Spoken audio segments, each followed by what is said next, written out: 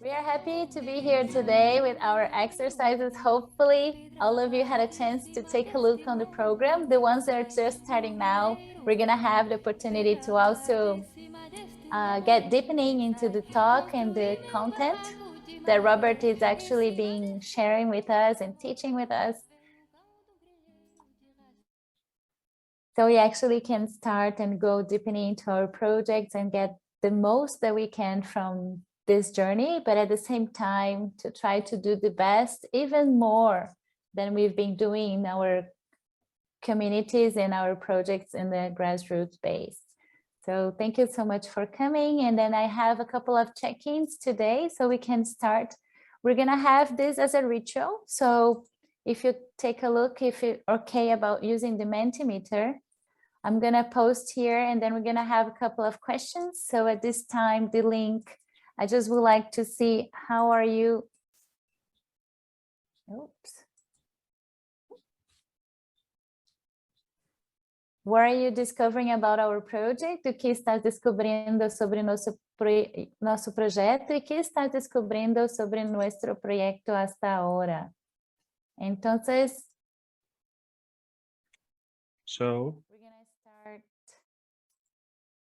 at this moment. I'm gonna post and ask. The Mentimeter is already in the chat.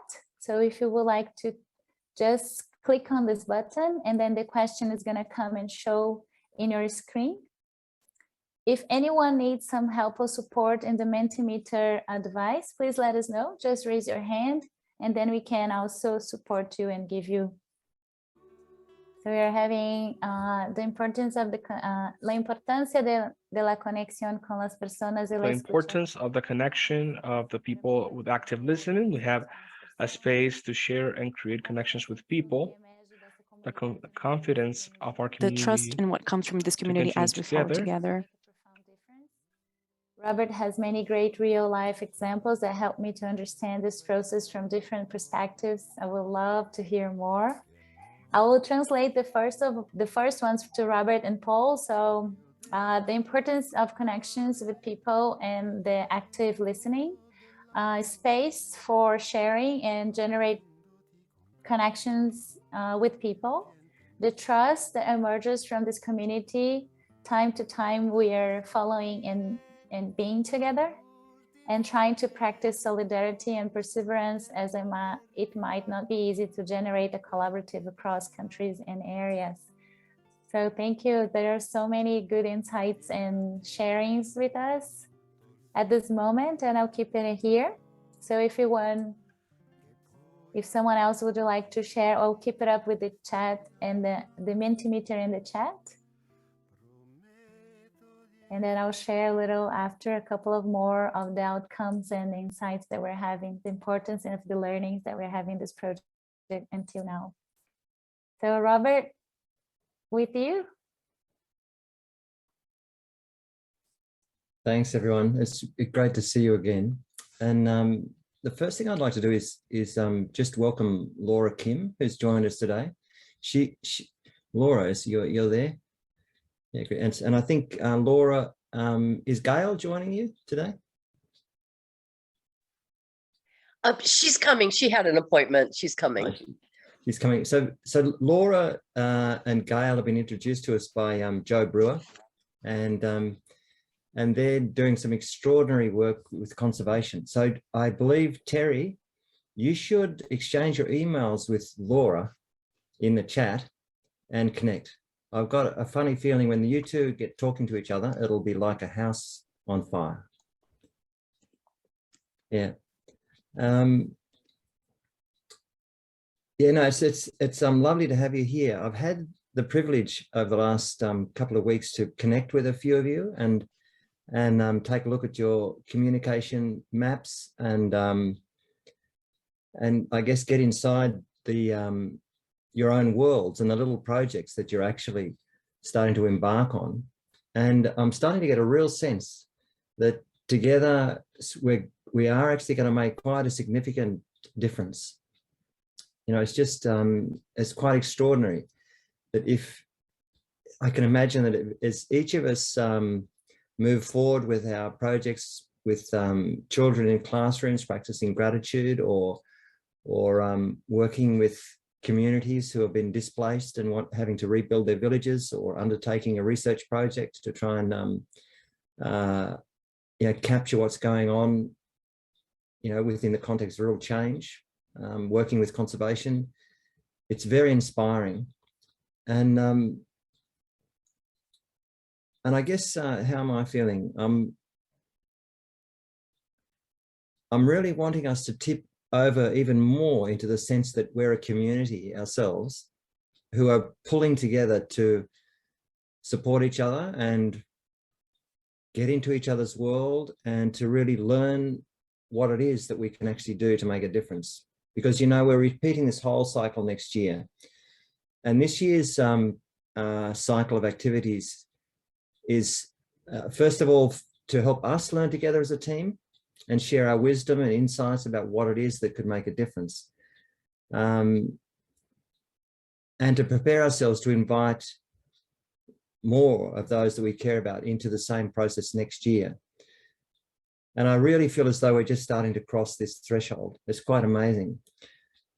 And so, but what today, well, after last session, I left feeling as though perhaps I asked you to do a bit too much. To think about your strategic questions and do your communication map, and then start trying to think about these critical factors that we need to impact.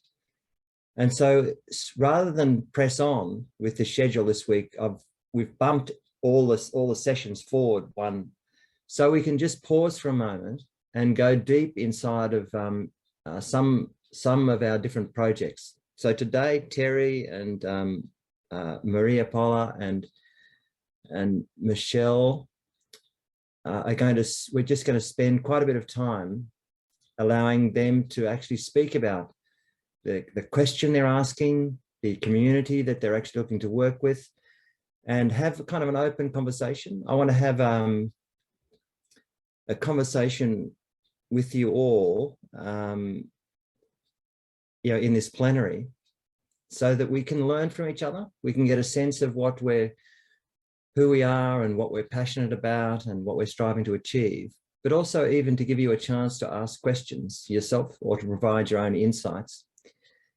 And behind all of this is listening. One of the things that that I've learned is, if we're going to make the kind of difference we're striving to make in the world, we've got to learn to listen to ourselves and those in the world that we care about. Because unless we understand them and receive them differently, we're not going to respond to them differently. And so part of what I want to do today is when appropriate, pause and stop and think, gosh, this is a really different way of listening and making sense of what's going on, sensing things and responding differently. Because this is the key, to change our worlds and our cultures to one of deep listening and caring, rather than telling and trying to control. So that's broadly the program today. And I believe, Michelle, you're going to just sort of escort us into this space by having us do a listening exercise. And then I was going to invite Maria to join me as we start as she escorts us into her deep heart and her world.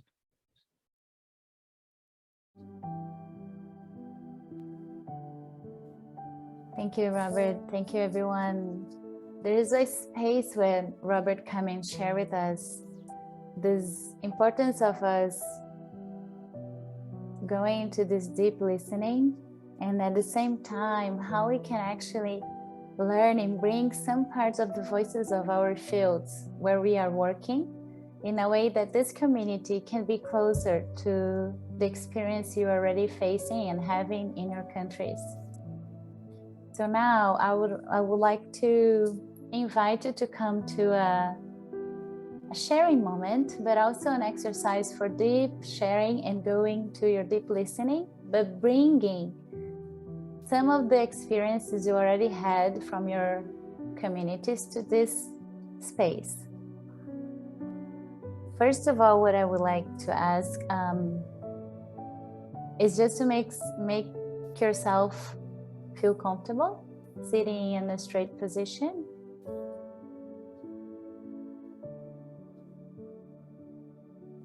If you could maybe close your eyes, if you feel comfortable about closing your eyes.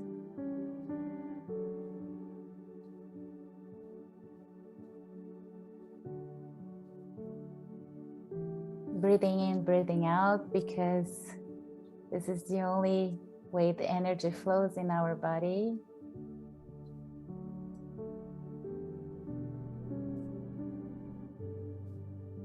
So breathe in, breathe out.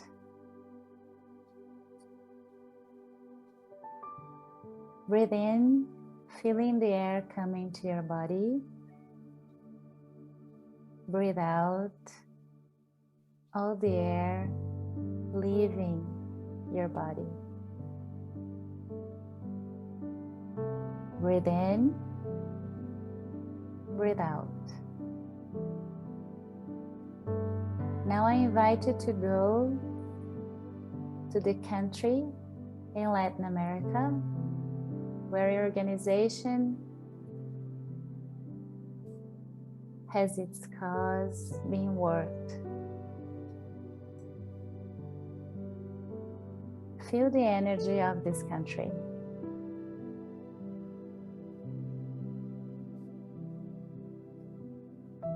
Now go to your community,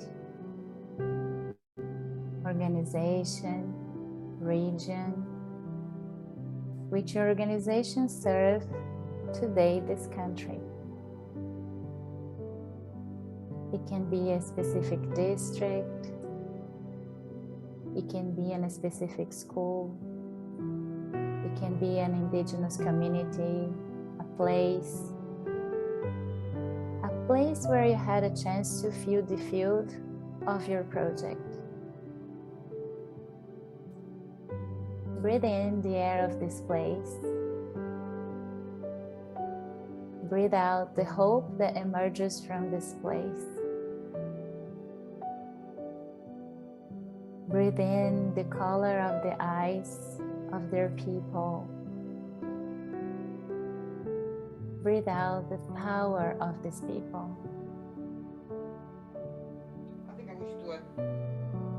Breathe in the purpose of this community. Breathe out their cause happening in their society.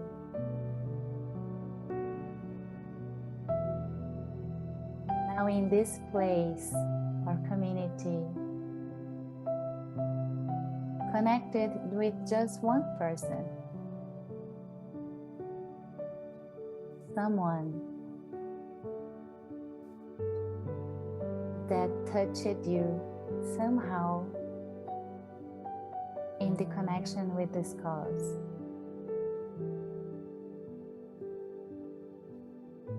Connect with this person.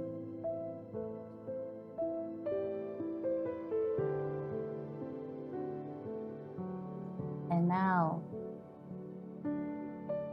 connect with her voice, his voice, her feelings, his feelings, her story, his story.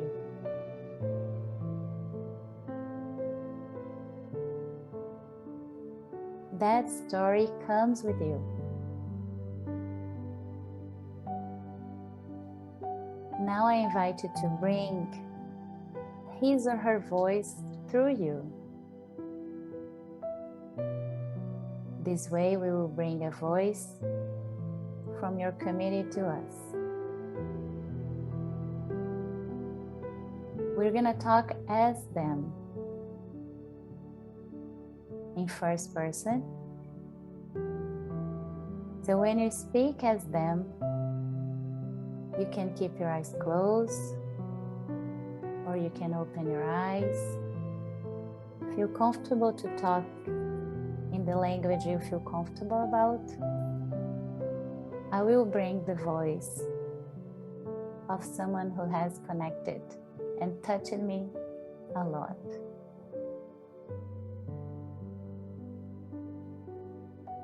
I don't deserve to eat when I know that many of the women that works with me do not have anything to have to feed their kids, and they are starving at this moment. I don't know how to work with other people because I've been doing by myself all this journey. But I'm ready and prepared to start doing something new and change. Because I know if I could do something different, all of them can do as well.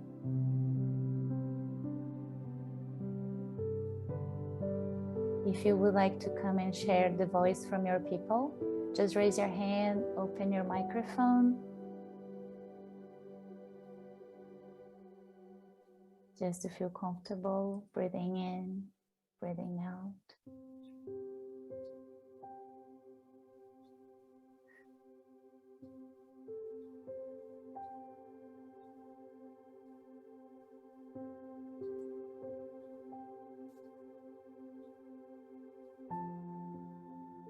If you would like to bring the voice of your community, just raise your hand.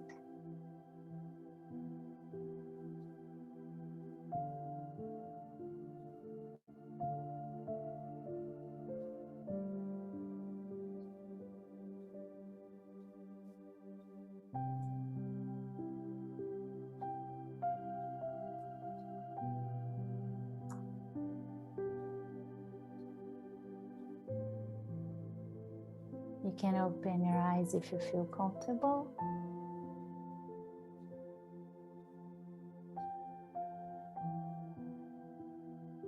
Marconi?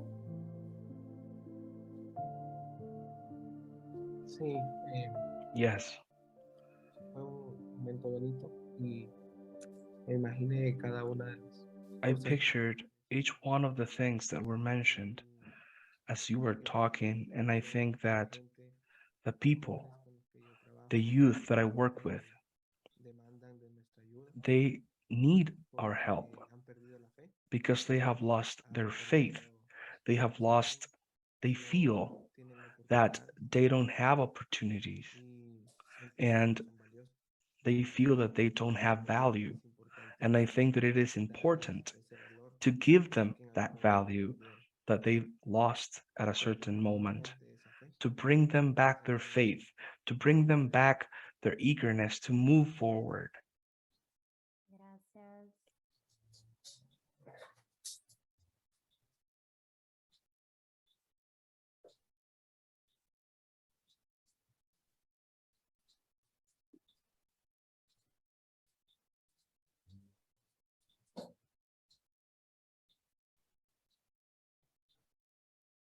Maria, would you like to bring the voice of a student or as the first person? Or a father, a mother, or a teacher, someone who had connected you?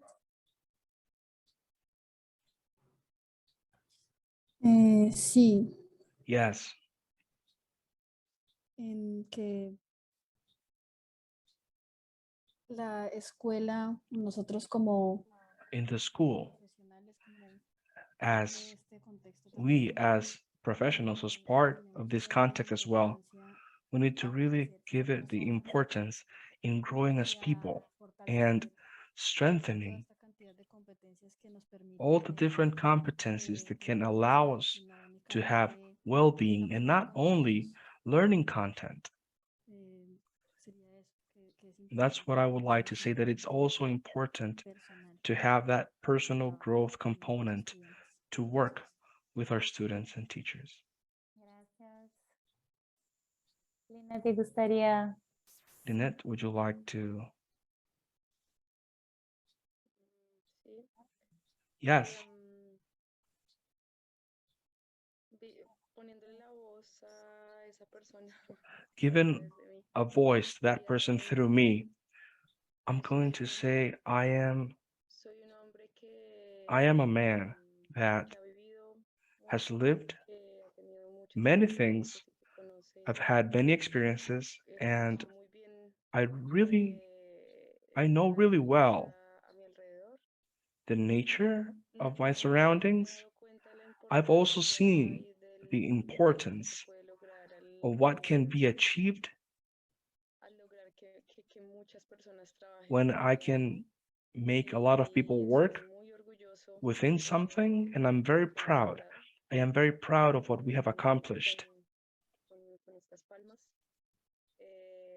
with our hands. I know that this is helping and it's going to help my family, and I want that my family and that the community can have a better living, that they feel and that they value what we have.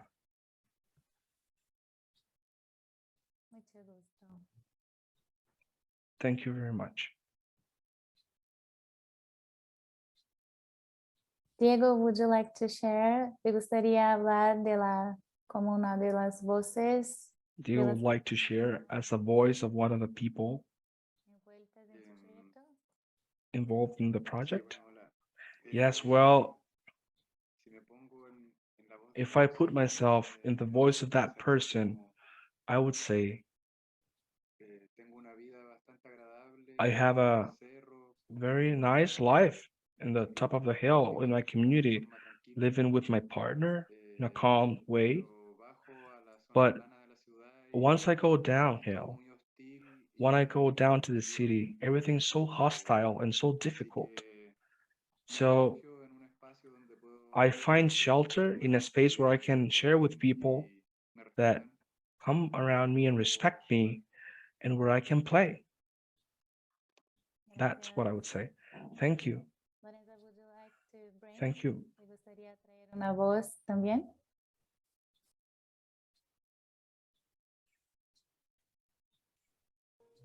Bueno, la verdad me desconecté un poco del ejercicio porque estoy I was trabajando. not really into the exercise because I'm working and I had to talk to someone, but listening to everyone else as a woman that hasn't had the traditional opportunity of feeling in a safe space and playing and being able to do sports in a safe space, I feel very comfortable developing myself in this community here. Thank you. Thank you so much. Terry, would you like to bring some of the voices of the people from your field?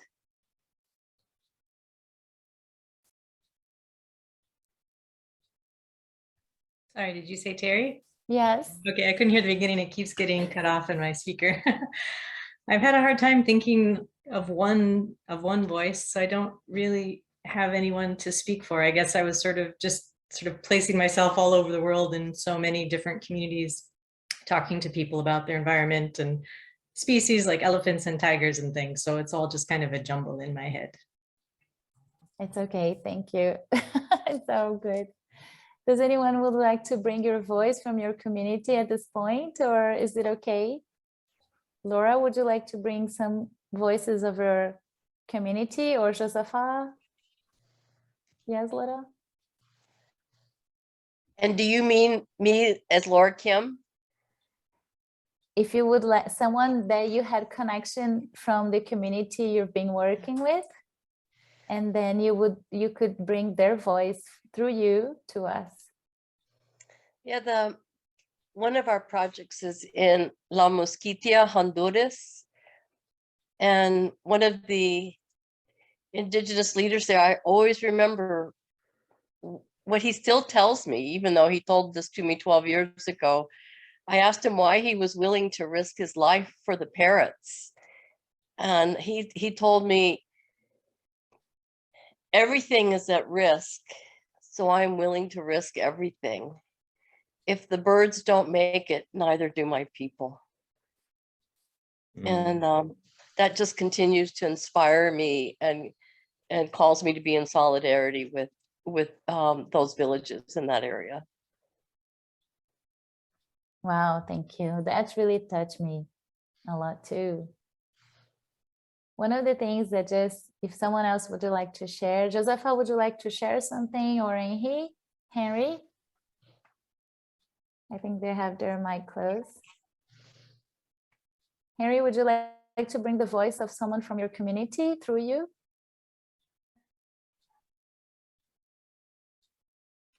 I was late to the activity, so I'm not totally aware of what was occurring. I'm sorry. Okay. No, that's okay. We can keep it on. One thing that I think is an outcome from this little experience is like when we talk and we have this deep listening, there's something when we're talking about this throughout this journey that connects us. There's something that we go beyond. So when I hear the voices, when some of the stories you brought, some of them kind of touch it and connected me deeply in a way that I can see that when we hear that story or that person, it brought through you a lot of connections from feelings and behaviors and things that they would like to say, but that there is a bond among us that is beyond the cause and beyond what they're saying. And this is something, one of the exercises that is called the Voices of the Field. Usually we use that in live together with people when we visit the communities and we wanted to hear the voices and share with others what we heard. So we have the opportunity to share the words, the feelings through us, taking this under consideration, and at the same time offering ourselves to bring them to the group or to the moment that we have to share about, go deepening onto that conversation. So now I would like just to honor all of you who brought their voices, at the same time to release and appreciate and just give it away, the voices that you brought through you, that this does not belong to you, but you honor and you make and feel gratitude towards them, because that's actually one of the bonds that probably you had built together with them. And that story is like resonating in you until now. And that's why we're probably doing what we're doing at this moment. Robert, thank you so much, everyone, for bringing the stories, and I'll hand it to you again. Yeah, thank you, Michelle. Thanks, everybody. It's lovely exercise. Just doing the exercise and listening to everybody had me recall a moment that I was sitting on my veranda earlier in the year here in Canberra, Australia, and I've got this wonderful view across a park, and then there's a mountain in the background, and it's lots of trees. There's lovely bird space. There's a lot of birds. They entertain us endlessly, and lots of animals and people in the park playing. And this is one of those days where it was just crystal clear. The clouds just render these beautiful patterns in the sky. And I was just sitting there taking it in, and it was kind of an inner silence. I was just looking with a kind of an awe and wonder at the natural environment. And I found myself at one point, I kind of just somehow escorted myself into imagining if I was that environment, and I was looking back at the people who were in the park or on the back, me looking out at the balcony, and all the little businesses that are happening close by, and wondered what is Mother Nature thinking. And then it was like an epiphany, really. I'd never experienced this before, where I just felt a life in the environment, well, like a voice, I guess, in the environment that I'd never sensed in this way before. And it was something like even in my silence, this is Mother Nature speaking, even in my silence, and even experiencing the way in which you've torn me apart and extracted things out of me in order to make profit, and you've polluted me, and you've continued to treat me as though I'm not alive, I'm still going to love you just the same. I'm going to give you everything you need to actually live. The air you breathe, the food you eat, and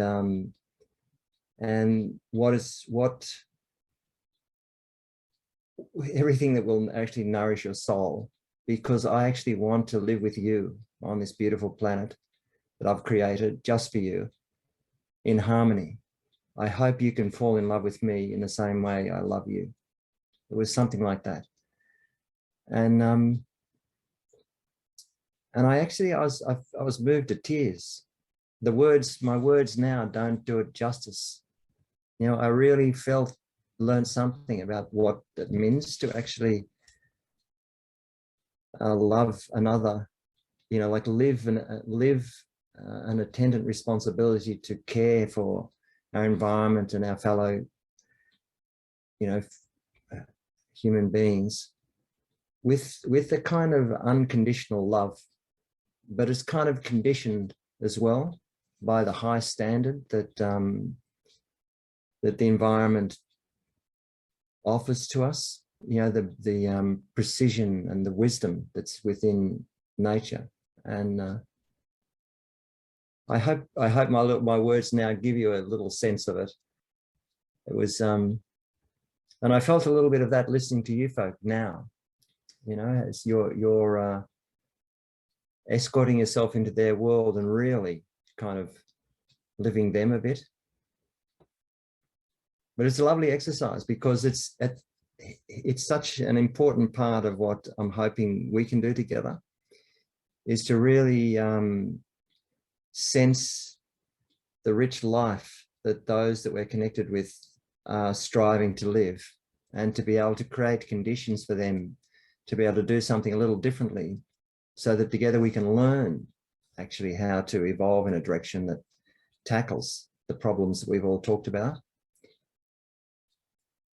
Yeah, thank you. Anyway, I'd like to begin a conversation now with Maria, and I think after that we'll then have a break, and then we'll come back and we'll spend some time with Terry and Michelle.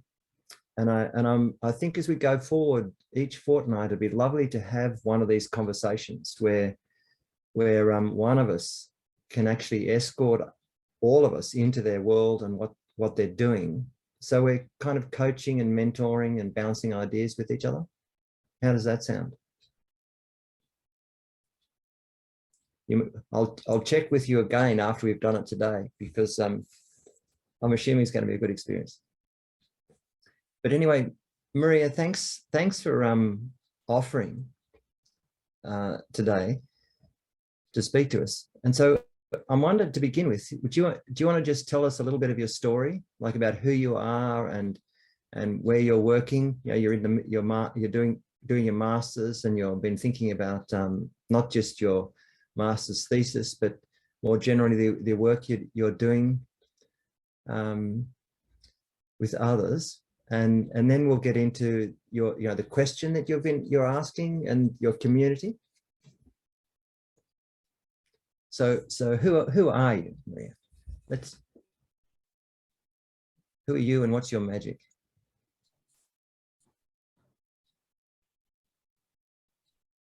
Bueno, mi nombre es María Well, Paula. hi, I am Maria Paula Marmolejo.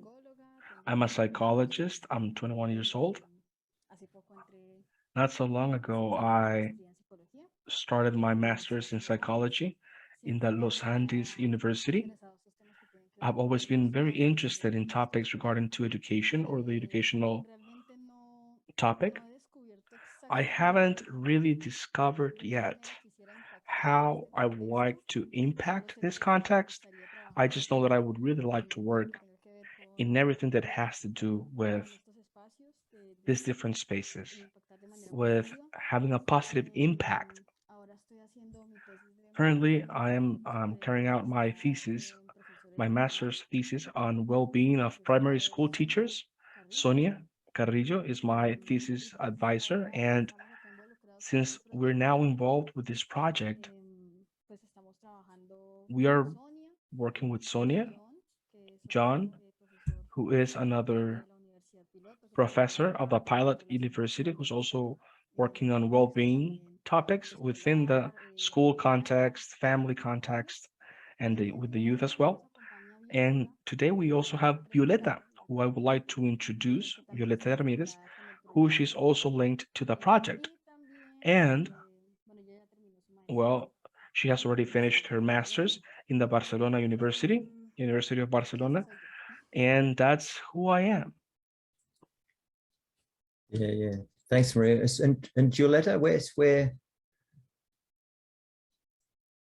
are you on screen? Yeah, hello. So would you like to say a little bit about who you are? And Okay, sure. Yeah. So my name is Violeta Ramirez. I'm from Colombia, raised and born here. I'm a psychologist as well. I have a master's degree in psychosocial intervention with an specialization in research in social research. I did my master's thesis in psychosocial intervention in child soldiers and armed conflicts or political violence. And I carry a project about peace education right now with an organization called UNESCO APSIU. And that's about me. And I just joined the group with Maria Paula. Yeah, wonderful. And so Violeta, so are you going to be buddying up with Maria as she does her project? Yeah, wonderful. Yes. Yeah. So so as Maria's telling her story, please feel free to add your perspectives. And so would you both like to start talking about what it is you're focusing on? Because I know when we touched base, Maria, you spoke about wanting to, it's focused on gratitude with children in classrooms. Is that right? Yeah, so do you want to can you describe that for us and why is that so important?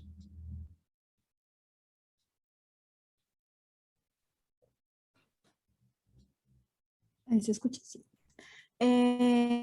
Sí.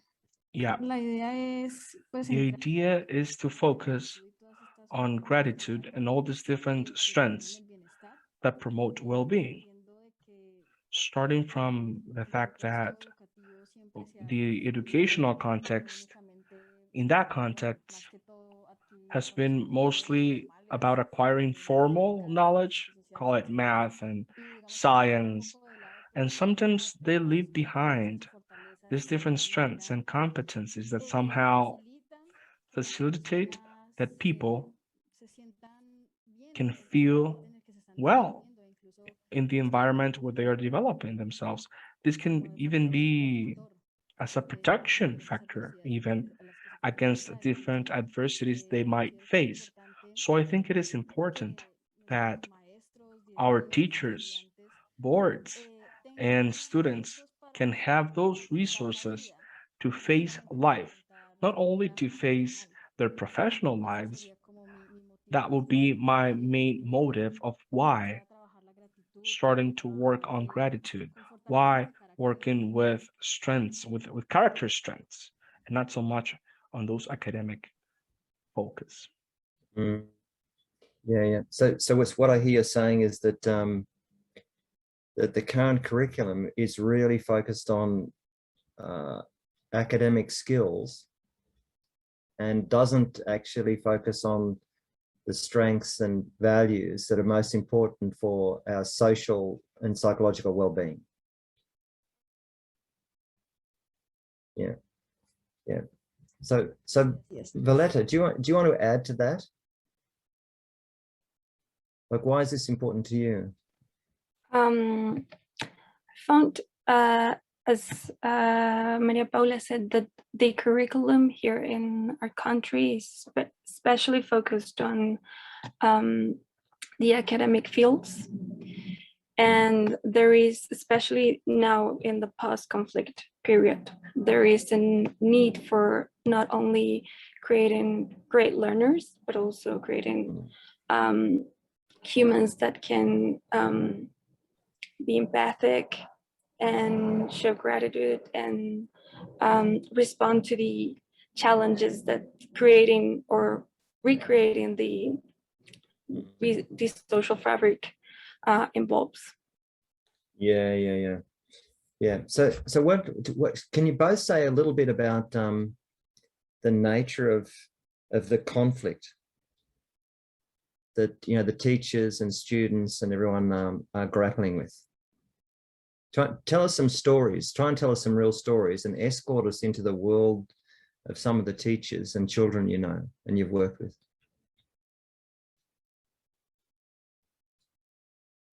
Can be either of you.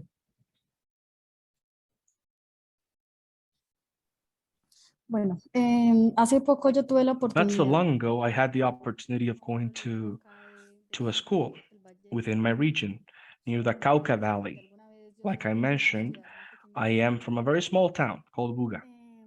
And I talked a little with the teachers about experiences that would facilitate or hinder their well-being within their working context. And a teacher, she was telling me that it was hard to know how to intervene in different situations with the children, and that they felt a little of impotence, so to speak, of not knowing what to do.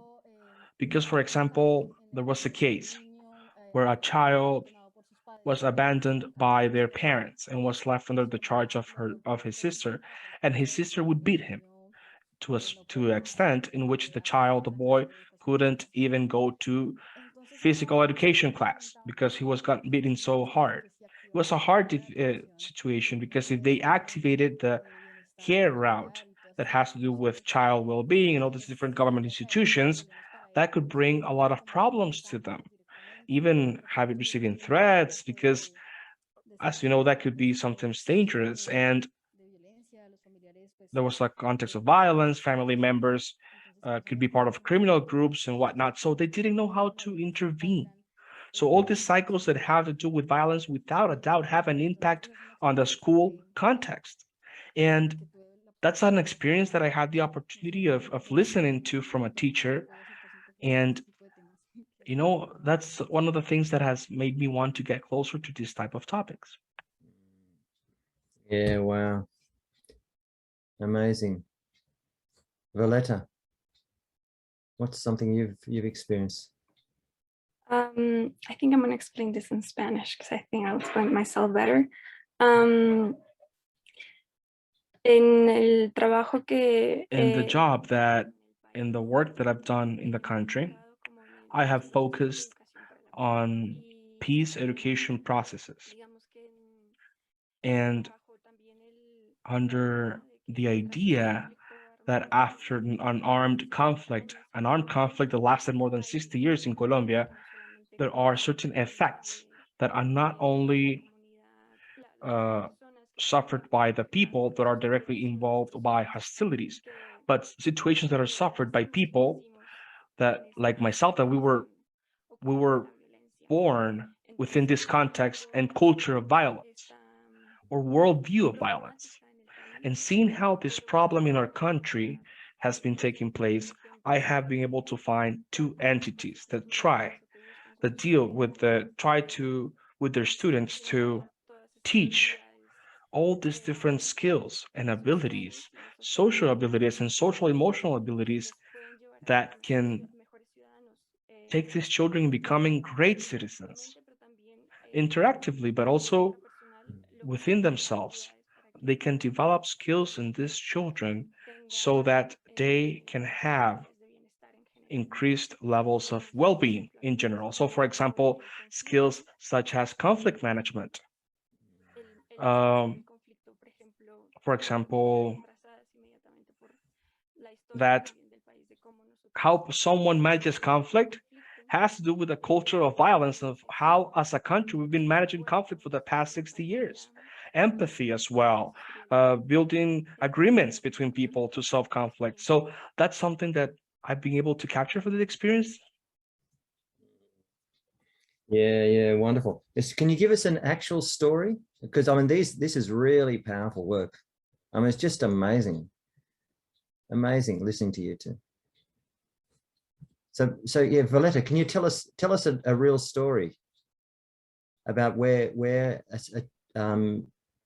you're able to work with someone and they made this shift, they changed their worldview, and they were able to not only cultivate some empathy, but also do something a little differently that built relationship rather than reinforced violence? Ok, como parte de mi... As part of my project, of my personal project, which is a project on education for peace, like I mentioned before, I've been able to work with youth volunteers that are between 16 and 25 years of age. And most of them are students, are high school students, and with them we have built tools for education for peace. I think that's the clearer transformation process that I've seen, because it's literally finding youth that are very enthusiastic, that are motivated by the social needs, youth that are very attentive to what happens in their context, and going from saying things and talking about things and going to the practice, taking action. Particularly, I worked with this girl. Her name is Maria Jose, and she is 16 years old. She is passionate about design, but she's also very passionate about social situations. And with her, I worked with in my project, working on tools, creating tools, and now looking firsthand on the need that she has in her context. She didn't have to go far away. She just went to her own educational context to see the needs that the context has. She's now developing a project called Storytelling, just to explain the values for peace. For example, she recently built one on how we understand conflict and how to take away the negative load of the conflict and look at a conflict as a way of interaction. And that we need to learn from this how to manage conflict as a group, collectively. And that was one of the experiences that I can tell you about on how to involve youth in actions that later these youth end up making their own initiatives and building and taking action for the well-being of their community and their society. Yeah, wonderful. And just before I invite you to start talking about your actual focal area and your first attempt at a question, could you both tell us a story about a personal transformational moment? Like what happened for you that changed you in the way in which you're talking about?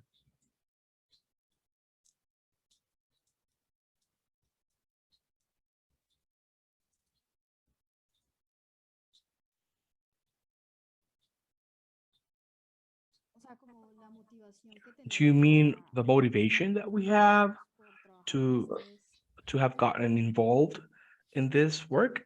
Yeah, what inspired you to get involved in this work? Was it what personal experience did you have that gave you insight into the need to actually, what changed your worldview and gave you the passion and the sense of mission to actually work with children and teachers in order to develop the social and emotional skills? Was it another person who inspired you, or something in your family, or some experience in your life that made you go, this is my calling? Yo particularmente vengo Particularly, I come from a family of teachers. Both my mom and my dad, they are teachers, passionate teachers, and they work with kids from 8 to 16 years of age, both of them. On the one side, my mom works on a very privileged context, so to speak, and my dad works in a teaching context with population with a lot of vulnerabilities. a lot of government abandonment on this area where my dad works. And the actions that they carry out every single day to bring the students to build their identity, to build in their interests, to build in their passions, to trying to, from a critical point of view, to move forward in their process. I think that all of that they do is what inspired me personally. As I grew up, I was looking at the work that they were doing and the important changes that take place in children and the experiences that sometimes we might not think are so meaningful for children, and they end up being meaningful. So they end up being vital, and those experiences that my parents promote end up being vital for their development. So I think that's that. Yeah, beautiful. Thank you. Creo que en mi caso fue más que todo una I experiencia think in my case, it was a personal experience when I was going through high school that made me really start thinking about how my upbringing was and how many of my classmates had some needs regarding their affections, regarding relationships. And somehow I saw that the school was not really serving those needs.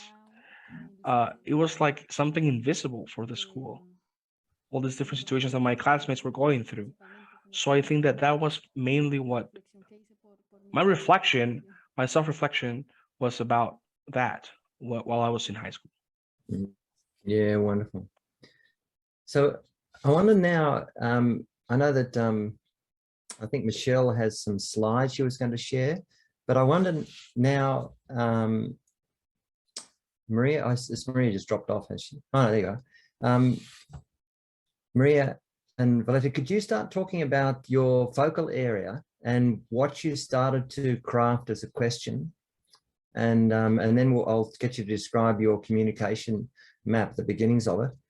And if you need to have Michelle share slides, just let us know.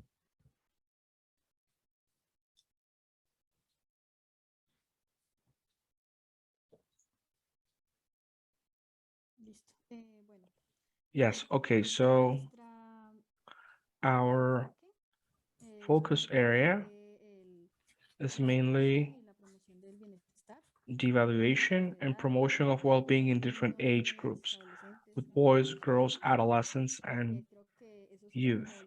I think that's going to be, I think what what brought us all together in the team, myself, Sonia, Julieta, and Jean. And what was your second question? I'm sorry again, Robert.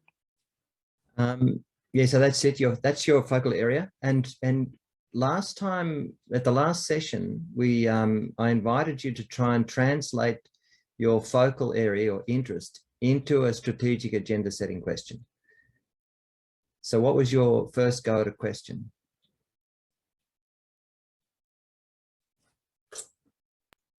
No, creo que no pudimos llegar a We ese couldn't really get to that point of turning this focus area and turning all of this into a question. That was a little bit hard for us to do. So can you unpack your thinking? Because that's what I'd like to do with you now. So your interest is in promoting the well-being in different age groups within schools. And I'd say particularly by focusing on character strengths and the virtues that go with those. And so what you need to do is think about a question. So just finish the sentence. So what could it look like in 10 years' time if? And that question could be, what would it look like in 10 years' time if in our classrooms, the teachers and students were really sensitive to our emotional and social needs?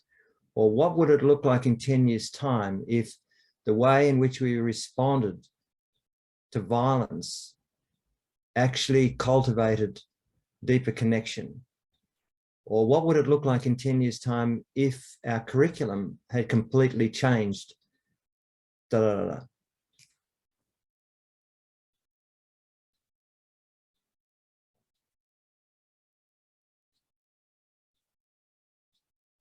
Bueno, Well, se me ocurre como que I would think ¿cómo sería en 10 años things would change in 10 years if agentes all instituciones educativas the agents se of preocuparan educational institutions were concerned for the well-being and concerned about what creates well-being and practicing favorece su everything that favors well-being. I think that this could be in a more general way.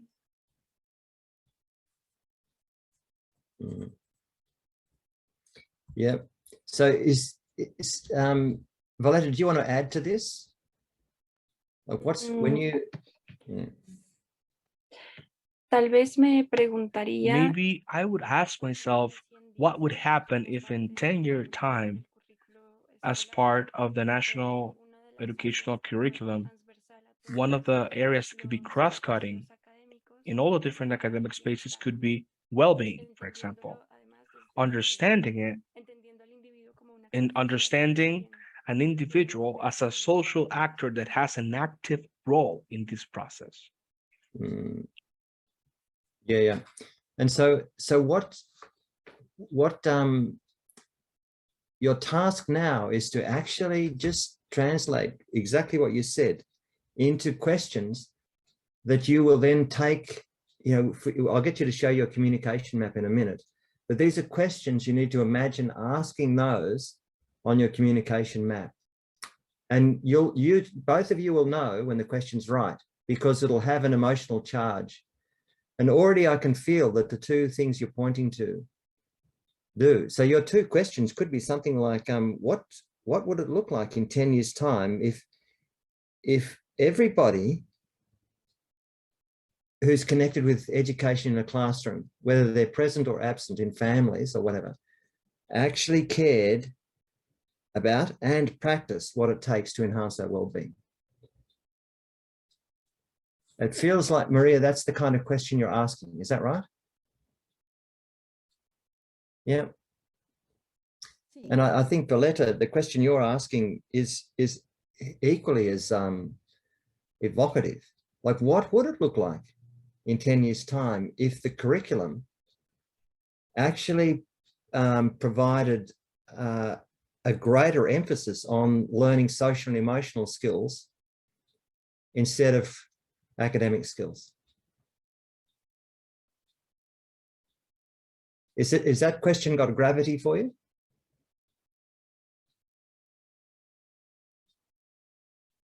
Yes. Yeah.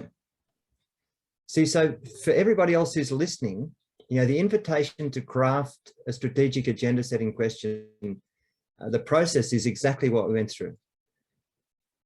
So part of the work going forward is for us to have the kind of conversation we're having now with your community. So I could imagine Maria and Violeta, I mean, if you have a chance to actually go and speak to some of the children and parents and teachers and invite them to, ask them the question, you might say to them, God, I'd like to have a conversation with you about what do you think it would look like if we really practiced,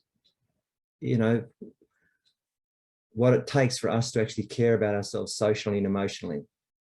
And if this was a part of the curriculum we're in. And, but also provide them with an opportunity to tell their story. Like invite them to say, look, it's lovely to talk to you. Tell us a little bit about you and what you really care about and the kind of things that, that you would really like to change. And then ask them, so gosh, the work I'm doing, I want to take an insight into this question. And then you ask them, and then you capture the story. But I wonder, Stuart, would you like to share your communication map? I wonder, Michelle, if you could pop it up on the screen.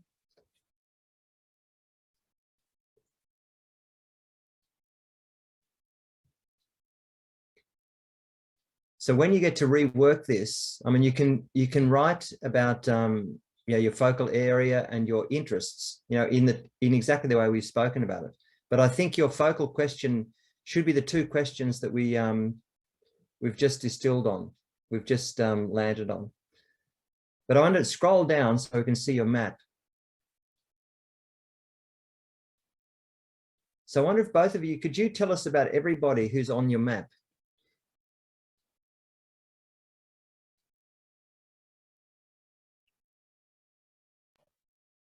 Bueno, seríamos Well, nosotros. it would be us as a team. We have adolescents, children, parents, and institutions. I think that we missed a component, which is of asking ourselves, each one of the team members, what was important for us. I think that we're going that on that exercise in a more in-depth way with Violeta, and that's going to give us clarity on many things. So those are the agents that we work with as researchers, but we're still missing that component of talking about the needs that we feel or identify as a work team. So do you want to say a little bit more about those needs? What are the needs?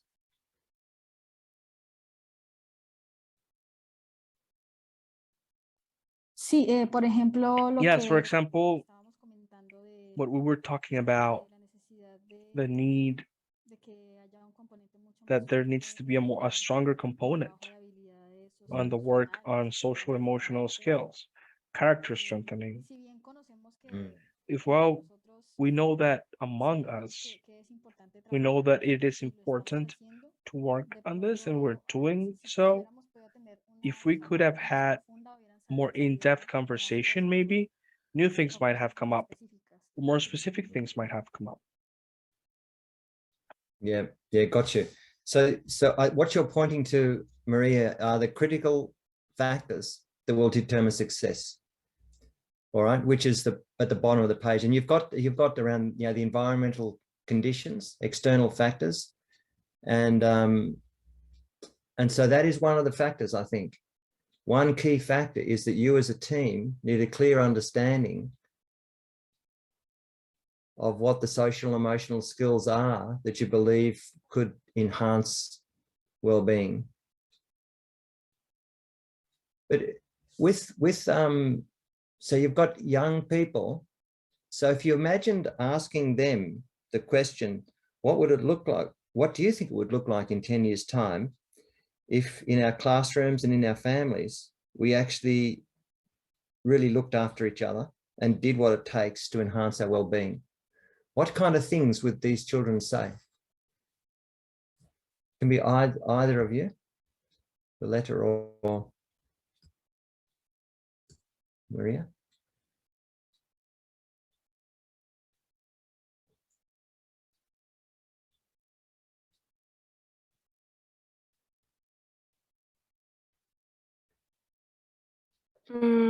Creo que I si le think that if I si le was to preguntáramos ask a that to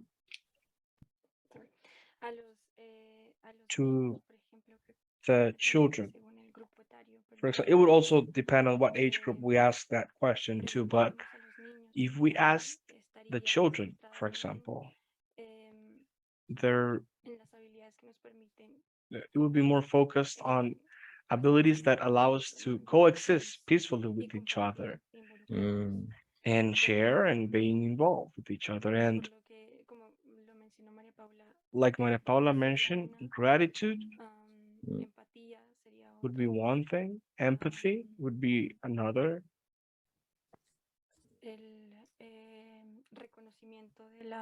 Acknowledging other people's opinions, I would think another one, and understanding of oneself or self-concept. Yep. Yeah, considero que es difícil I think that it's really difficult to answer that question because it's like if we were going to ask that question to children, and it's like putting ourselves in their place and thinking what it is they really want. So I think it's really complicated to answer that, but yeah. Yeah, it is. And this is exactly the nature of this work. You know, it's we're in the process of actually preparing to do these little action learning projects, which in your case will involve working with one or a number of these groups you've named on this map to do a little experiment to try and impact the critical factors that will bring about this future world. You know, so already I can hear you naming several factors. And so one factor is whether we understand ourselves. And I think another factor is, you mentioned before, whether the curriculum is prepared to actually fold in the importance of social and emotional learning. Another factor is actually developing the skills for gratitude, empathy, and acknowledging others. Because I'd imagine that both of you would appreciate that gratitude, empathy, and being able to acknowledge someone, like really admire them for who they are, and then naturally acknowledge it. It's something you do. It's just not something you feel. So there's a quality of experience, but also there's a quality of action.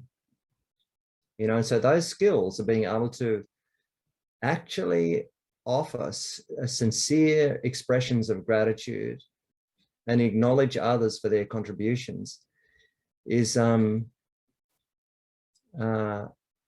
hard to learn, particularly if you're in violent and challenging situations, aren't they? So that's another critical factor. So as you spend time over the next fortnight going deeper into your map, the work I'm inviting you to do is to try and, first of all, imagine what the young people would say. So get their story down. And they might say something like, in natural language, well, if it was like that, my sister wouldn't beat me up so much before I go to sports class, you know, or my dad would care very differently about my mum. So try and just put their story down. Because when you get their stories, then you can step back and you'll get a really good sense of how these particular factors will actually manifest within their world. Just speak a little bit more about one more on here. Let's go to the other extreme, where you've got institutions as mediators. What would the institution, if the institution had a voice, how would it answer the question?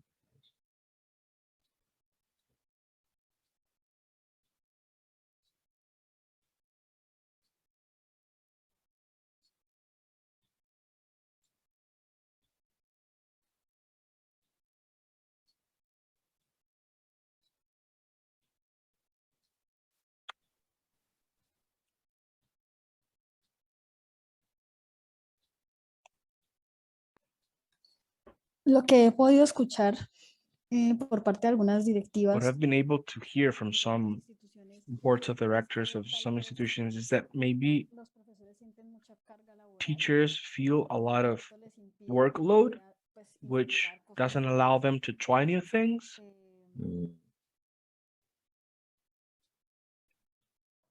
o sí, intentar Or brindar otro tipo de apoyo.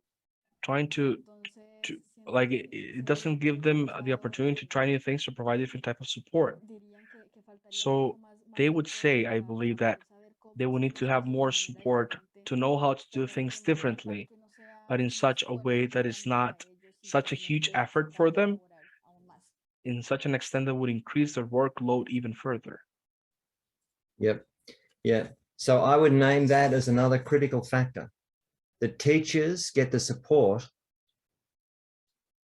to be able to experience being looked after socially and emotionally by the system, but also they get the support to be able to do that much more effectively within their classrooms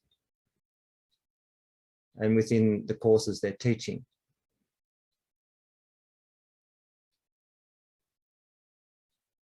And so the first step in this process is like a desktop exercise, is to actually imagine asking these groups of people those questions and getting down real stories, answers to your questions. But if you can, actually go and have some real conversations with these people. And the other part is you've got orange arrows between you and your team and all of the groups. When I asked you to do this, I suggested you can map these in 3 different colors: red, orange, and green. And that's to represent whether the relationships are positive or negative. So a green line between you and the young children would indicate that's a good relationship. You have a good relationship with each other. But if it was a red one, it means that your relationship isn't very good. But you can also do lines between the groups. So what's the relationship between the young people and the family environment, for example, the participant families? So I draw a line between them, between the groups as well, the most important connections, and give it a color. So you know whether it's positive, like green, really healthy relationship, or red, it's not a good relationship. And sometimes when people have drawn these on papers, they do things like draw lightning bolts, you know, between the groups, or they might do really strong drawings of bridges or something to indicate really strong connection. These maps can end up telling a really powerful story.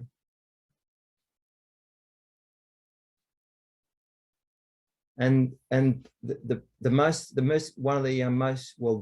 important output from this exercise is naming the critical factors, which will set the scene for the next phase of the program. We'll do a trend analysis.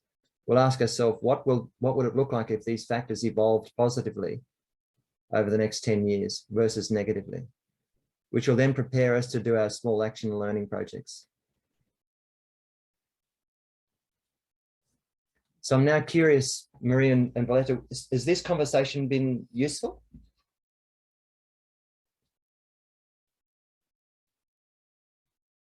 What are you learning?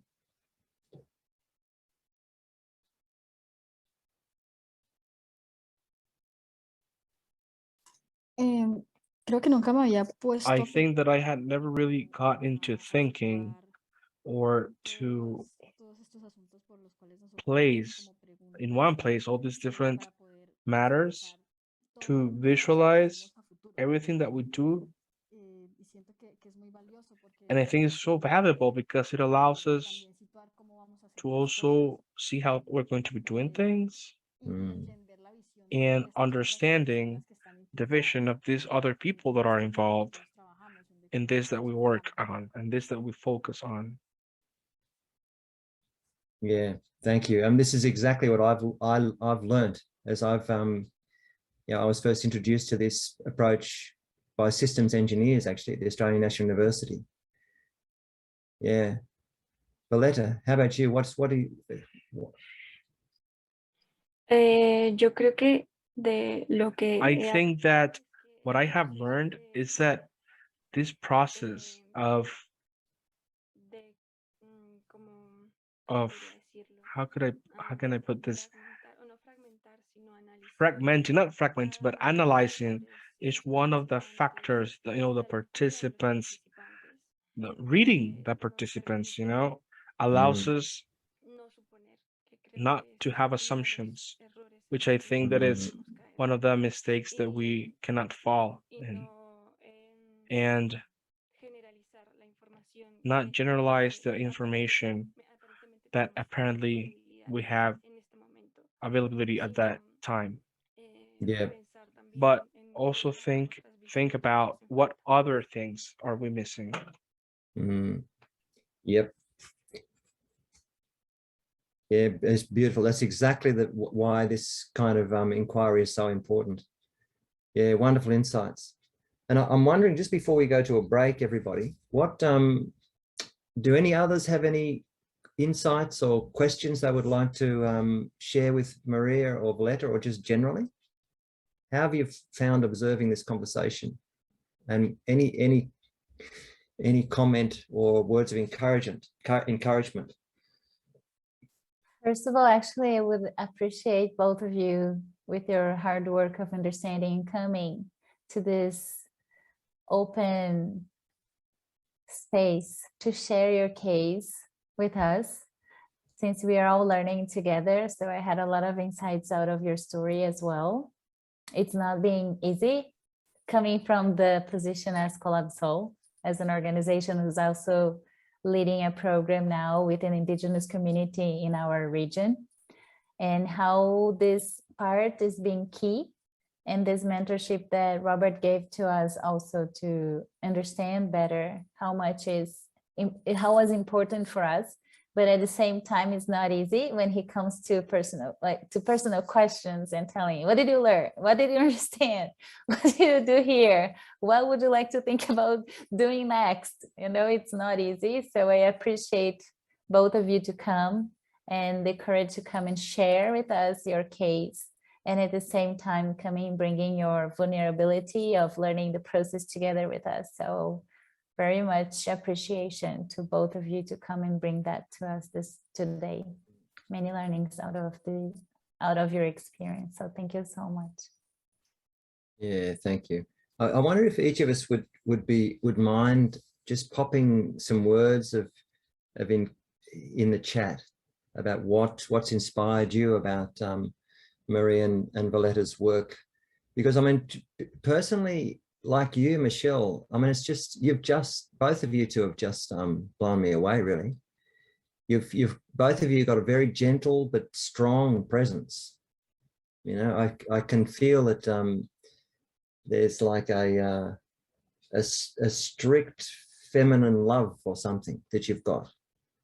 Like you really know what you want for the people you care about, but there's a lovely high standard that and quality of presence that you have.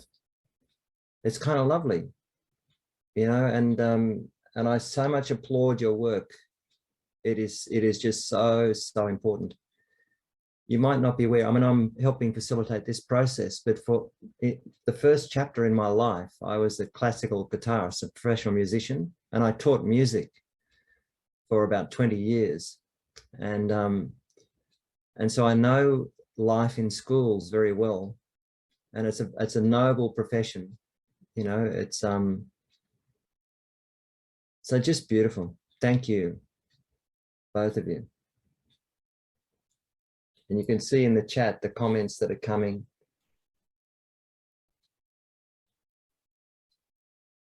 Yeah, same inspiration. So that's lovely. So folks, let's take a 10-minute break, and then we can come back and Terry, you and I will have a similar conversation. Okay. Thanks, everybody.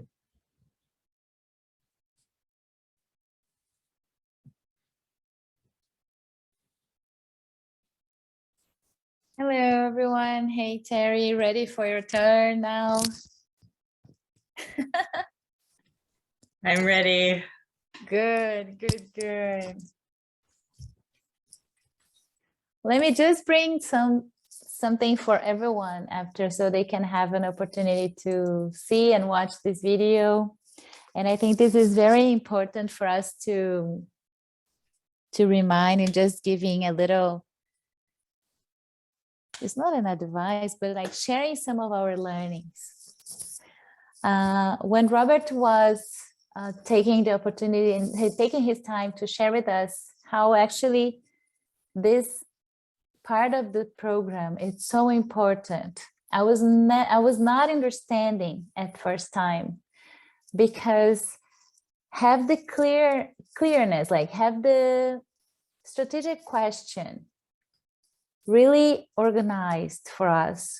It will help us to talk and engage or share with people, or at the same time for our learning process to actually learn how we actually use the whole methodology, tools, and experience that he's sharing with us. It's something that is key for the program. So by the time we understand this strategic question, like he gave the mentorship to Maria Paula and Violeta at this moment, it's one of the exercises that if we don't have that clear, probably we will have a longer journey than we could do, or we can have the confused journey during the process.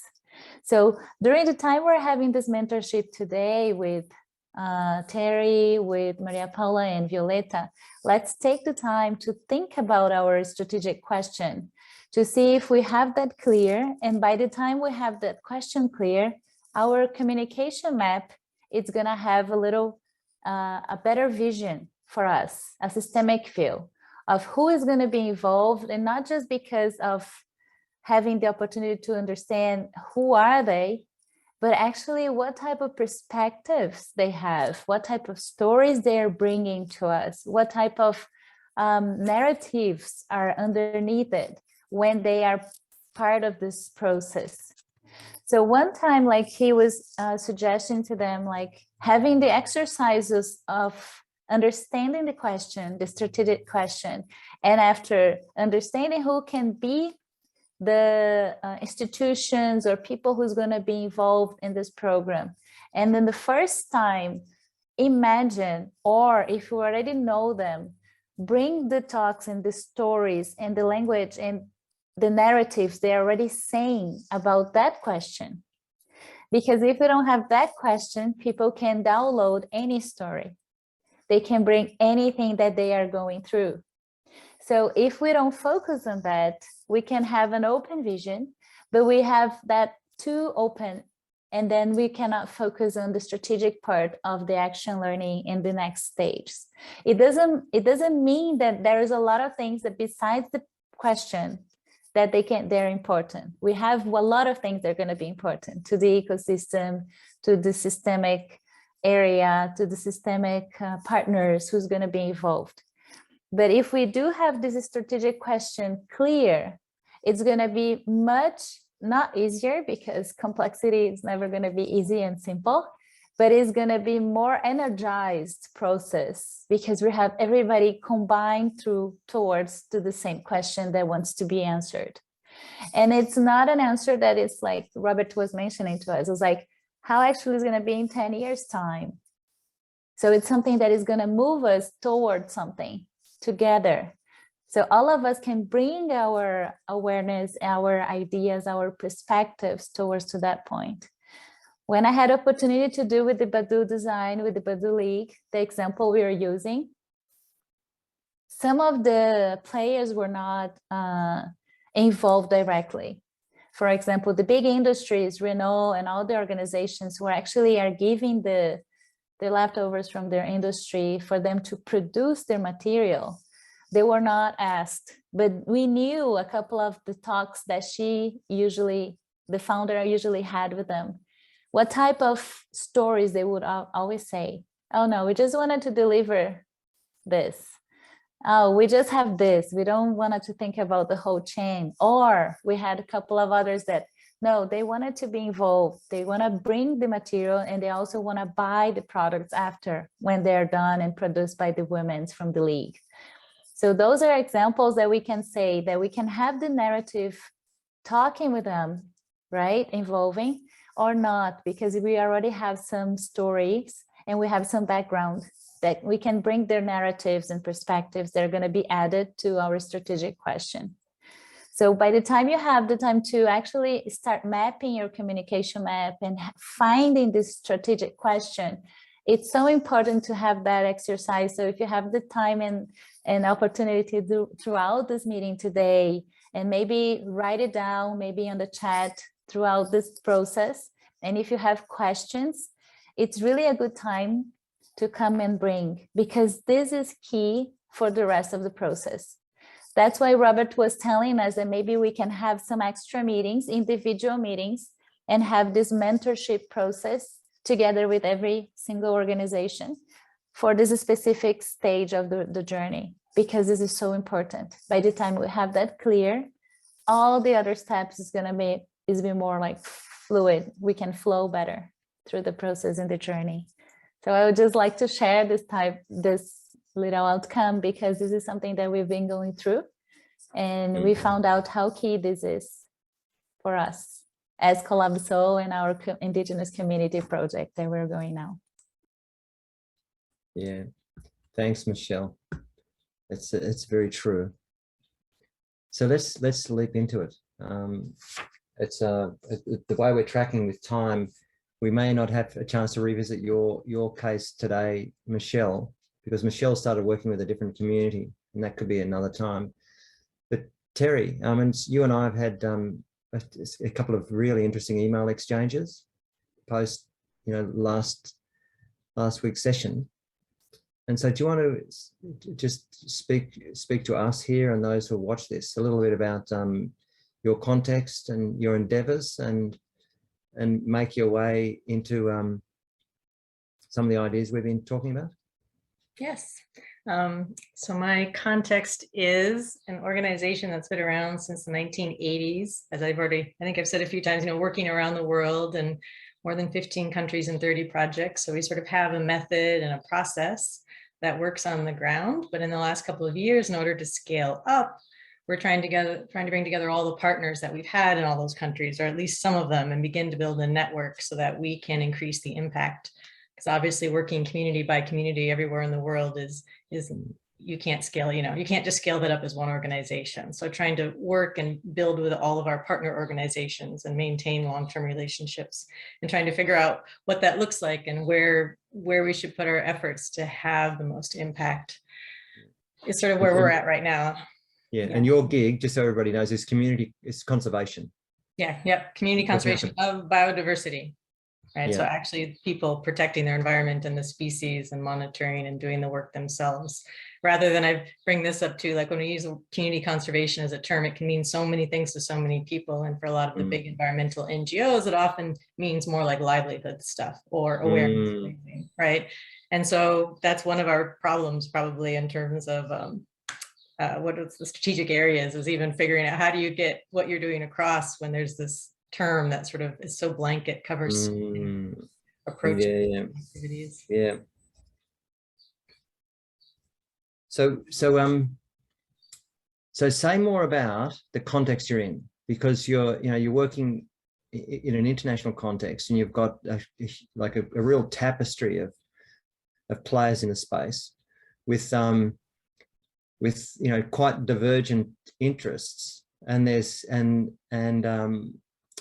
which is positioning their endeavors in a way that's causing conflict, Oh, well, probably I described that poorly. The partners themselves they've all worked with our founder, or they worked with me. And so in terms of the partners, what we found is, we're not in conflict. We all share the same approach and vision with, maybe all the partners are different stages of experience, or, different places, different contexts. But I think we're all in agreement, but we are at the beginning stages of this. So for us, there hasn't really been room for disagreement yet, probably, right? We've been spending the last year just learning about each other's projects. And there's about 5 to 7, and there's more people we could bring in if we sort of figure out communication issues, because I think we're trying to cover Asia, Africa, and Latin America. We've got partners in Peru, Cameroon, Rwanda, Myanmar, Nepal, Malaysia, right? So we go about as far, we're 12 hours apart at the extreme, right? So trying to bring everyone in,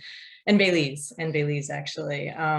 And so right now we're all in agreement, and we're all learning about each other. And it's a matter of sort of figuring out, they're all working in their contexts, and we're all working with individual communities. And CC is trying to, us as a hub organization sort of, right, is trying to help coordinate how can we all share the lessons learned, because we all have had different experiences, even if the heart of what we do is similar. And how can we support partners who are at different stages too? Because, right, like I said, they're not all at the same stage of development. Some are quasi-governmental officials who are just sort of starting out on this path of wanting to bring communities more into their traditional approach to projects. So I wonder, can you escort us a little bit more into your partners' world? Can you say a little bit about each of your partners and something about the lessons that are being learned? Let's see. We have a lot of lessons because our founder himself published a lot of lessons over the last 20, 30 years that he worked in this field. I've published a lot of papers, not around this network, but around the same issues.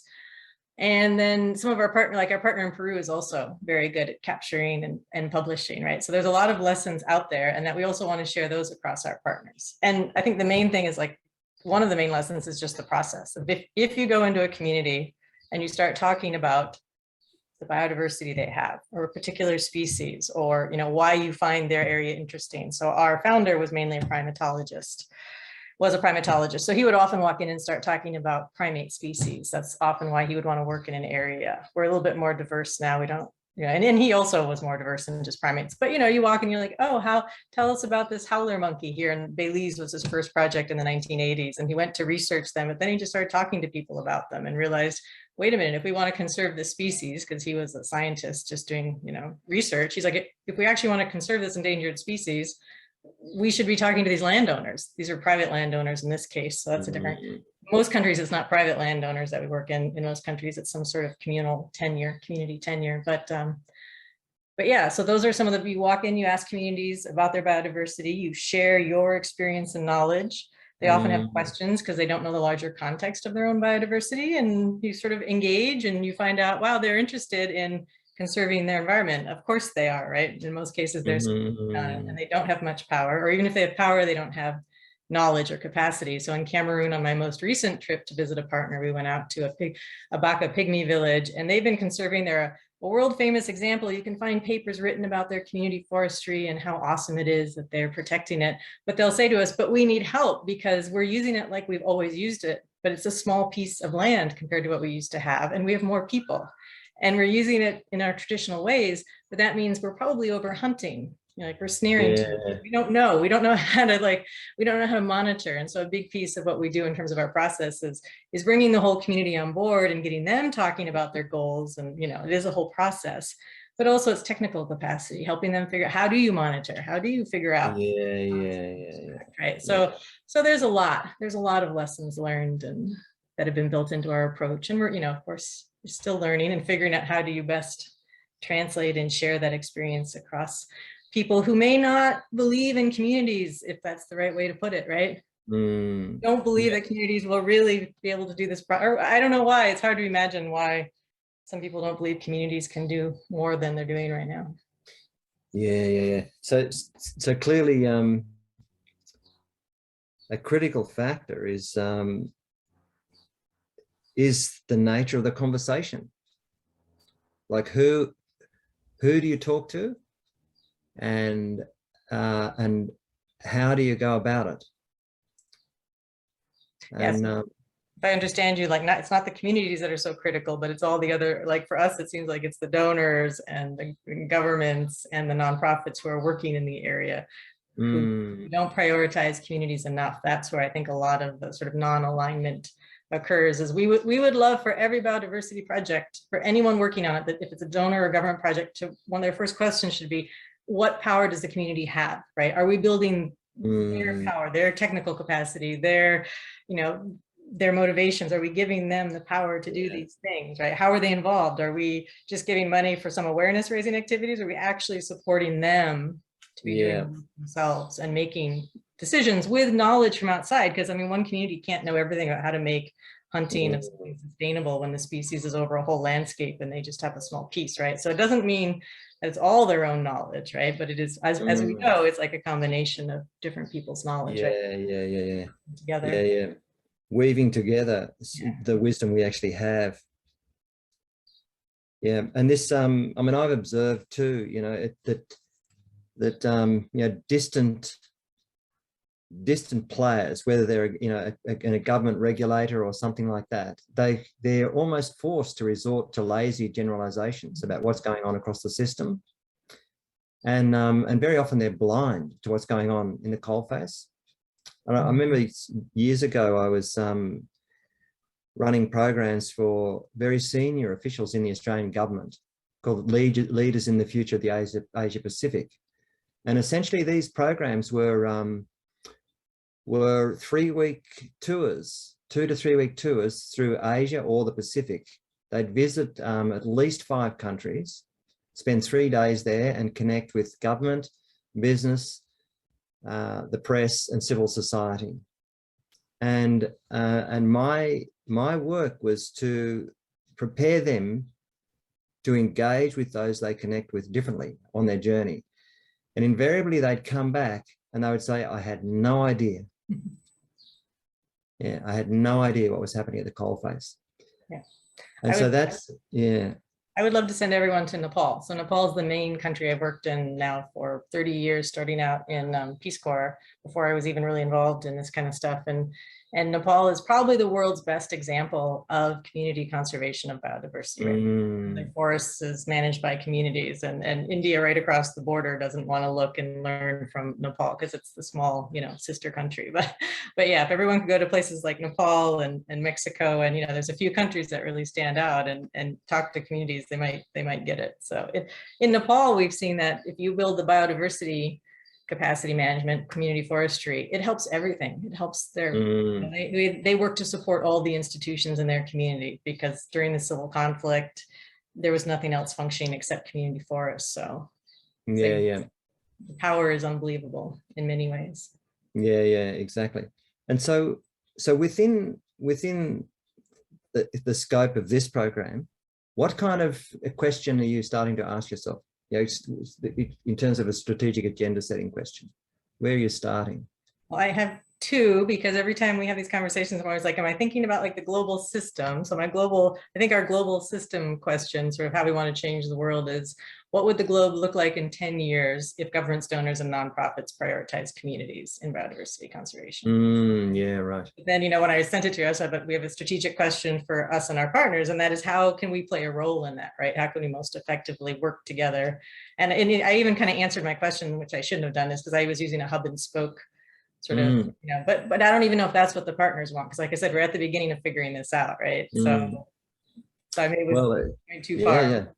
Well, you've got to start somewhere, haven't you? I mean, the whole idea is to romance these ideas. And we are a hub right now, so we're pulling them together.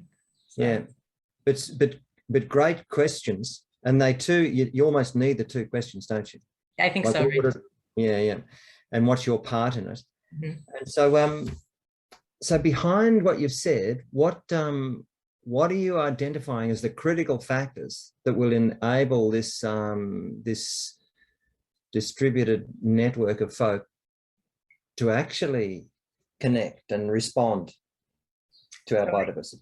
There's probably, so if I just think about our partners, it is just this process of us coming together and going through sort of even what we're doing here, right? So this process with everyone here is very applicable to what we're trying to do right now.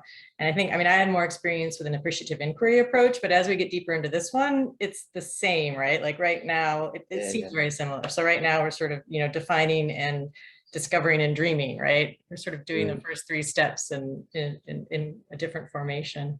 And so actually, like on the first Saturday next month, we'll have our partner meeting where I am going to do a process, some kind of questioning, like what we're doing here, throw the strategic question out to them, say, where do we want to be in 5 or 10 years as a group, right? And sort of go through that, what do we want to achieve? What are we already appreciate about what we're doing together, and what we envision being able to do in the future. So I think, so this is great for me right now to be doing this with you guys, because then I get to turn around and it's just nice to see how you guys take time to sort of, let's all breathe at the beginning, right? To remind me to do that with our group and stuff. So this is really wonderful. Yeah, no, that's great. This is definitely parallels appreciative inquiry. There is no doubt about that. We can learn a lot from that approach. Yeah. But that's just one I'm more familiar with. So that's where my head is going, because we use that in the communities actually, right? So that's why even the community process is similar to what, when we work in a community, it's similar to what I want to do with our partners. It's the same process in a way, right? You're just sort of asking a more institutional question or organizational question of what we want to do. Yeah, exactly. And as we continue through this program, we'll invite ourselves to do more of the same. But the critical thing at the moment, what are the critical factors that need to evolve over the next, couple of decades in your case, that need to be impacted if things are to trend in a healthy direction? And as you're talking, a few were occurring to me, and here's where you need to tell me if I'm getting it right.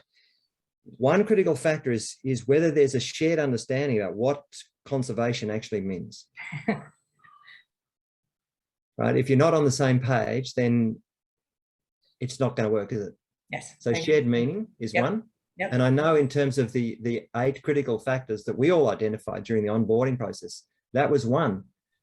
We need a new discourse, a shared meaning that transcends boundaries.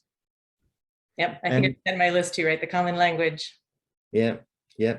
And another critical factor is closing the gap between distant players and those within communities. Would you agree?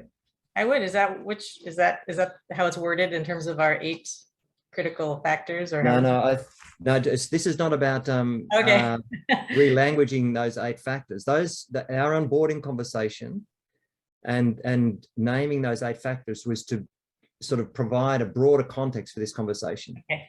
Because I'm hoping that as we work together on our individual projects, we can show that in our unique context, whether it's working with children and teachers in a classroom, helping them with social and emotional skills, or you working with a global community of players trying to impact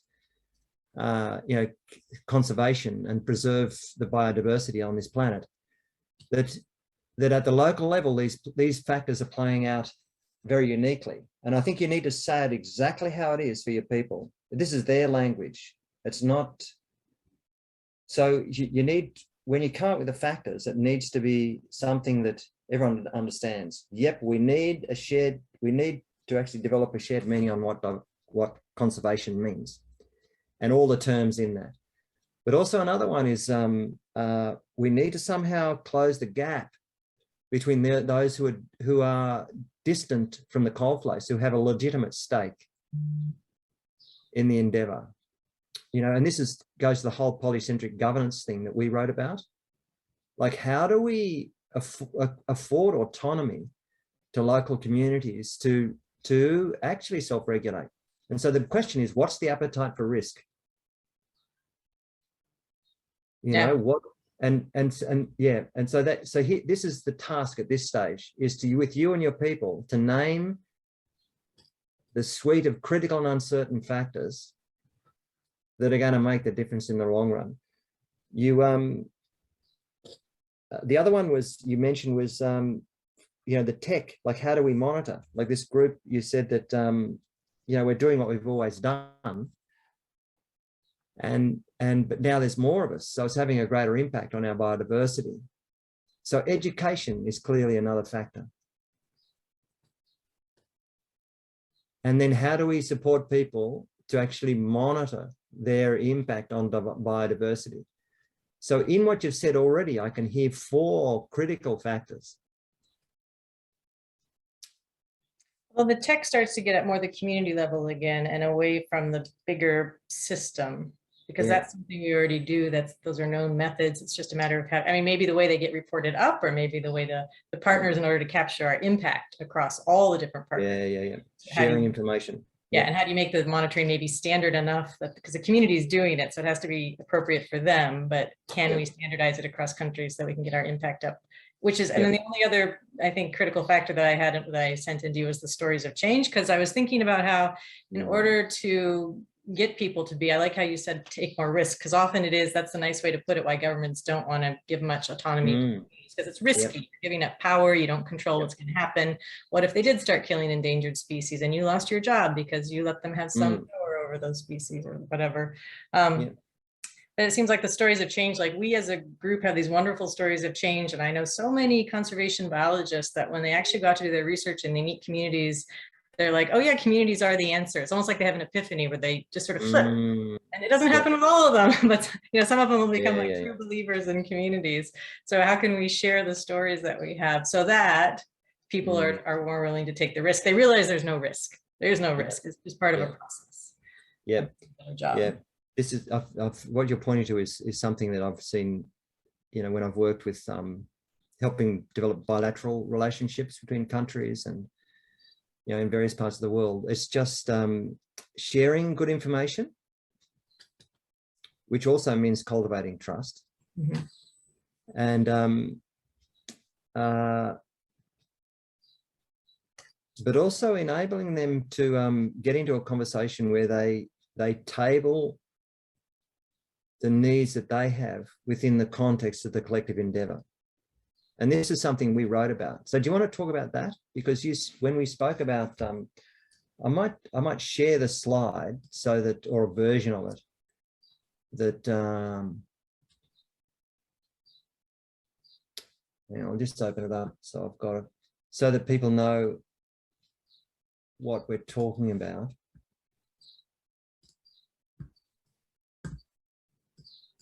Because I think I found this distinction really critical.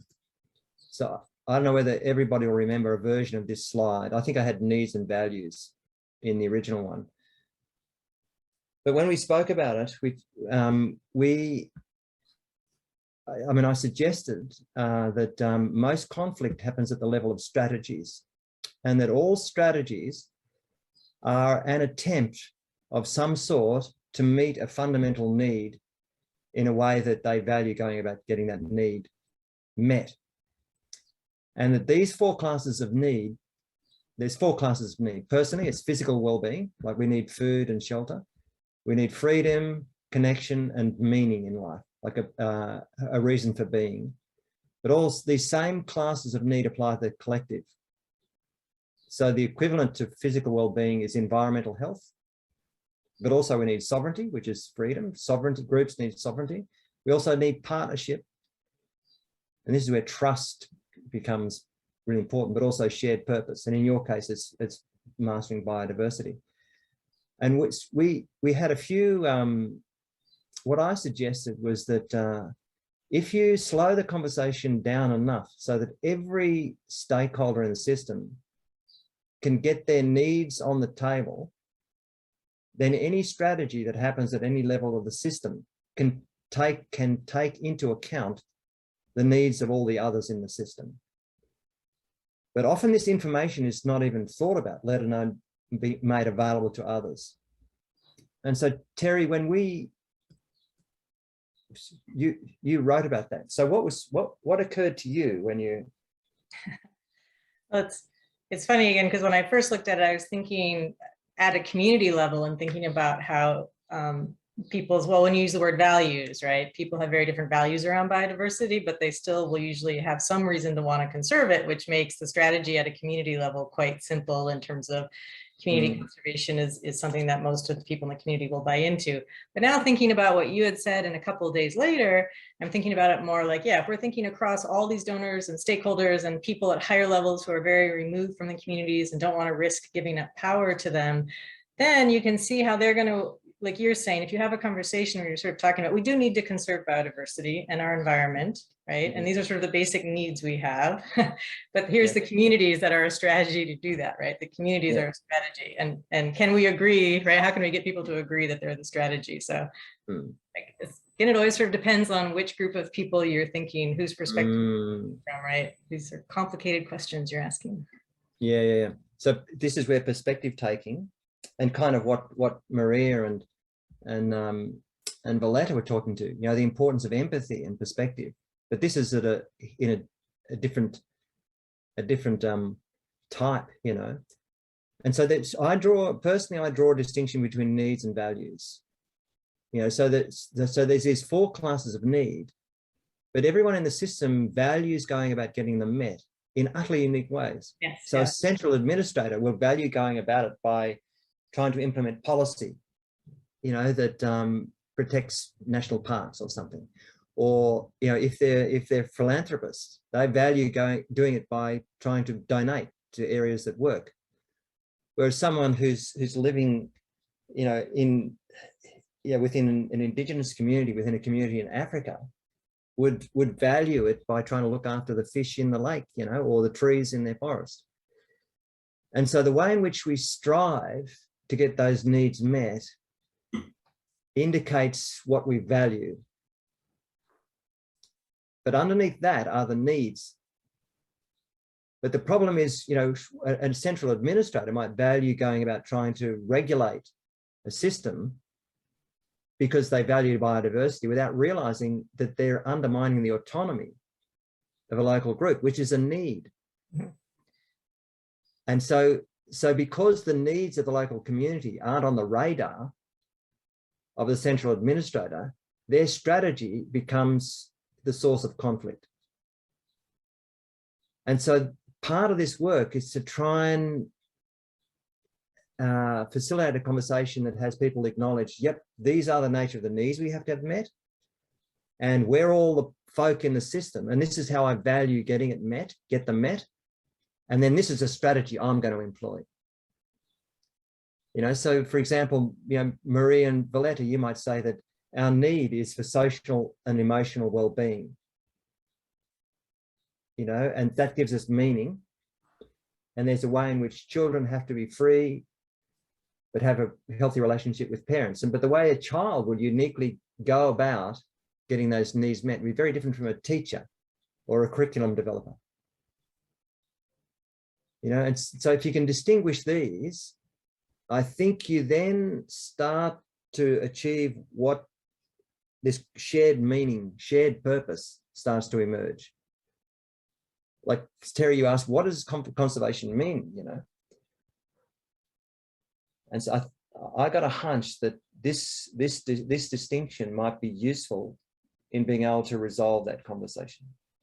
Well, and I think we know what it means. And the thing that really struck me in your slide when you first were describing it and the needs was how those 4 needs at the collective level is Ostrom's, you know, governance of the commons. Those are like critical factors. So it was just so amazing to me to sort of see the needs, the sovereignty, the shared purpose, the, you know, the partnership, which is the polycentric governance, right? It was just sort of amazing that, and that's our process for community. That's how we define community conservation, right? That's, yep, exactly. So yeah, that was kind of, that was the epiphany when I saw that slide, was how closely that fit together. Yeah, it's wonderful how they fit together. So for me, it's the combination of developing psychological flexibility, like doing the inner work, the kind of inner work that Maria and Valletta were pointing to, where we're self-determining, and we continue to choose to act in a direction that's in the service of life and our well-being, and which requires huge courage when you're in the presence of, like you mentioned, Terry, you know, one of your folk, you know, his son were out in a forest and their life was threatened, you know, and you know, or even the story that Laura Kim said before, you know, that inspired her, that you know, so it takes huge courage to actually live our attendant responsibility in the presence of behaviors that we find abhorrent. And this is a massive lesson from the folk who are into nonviolent communication, to stay present to the humanity that's in front of us while in the presence of behaviors that are actually not in the service of life. And so I think it's the combination of the inner work and Ostrom's principles, you know, creating this cultural scaffolding that enables us to really work together, to look after each other and our commons. So the commons becomes our common purpose.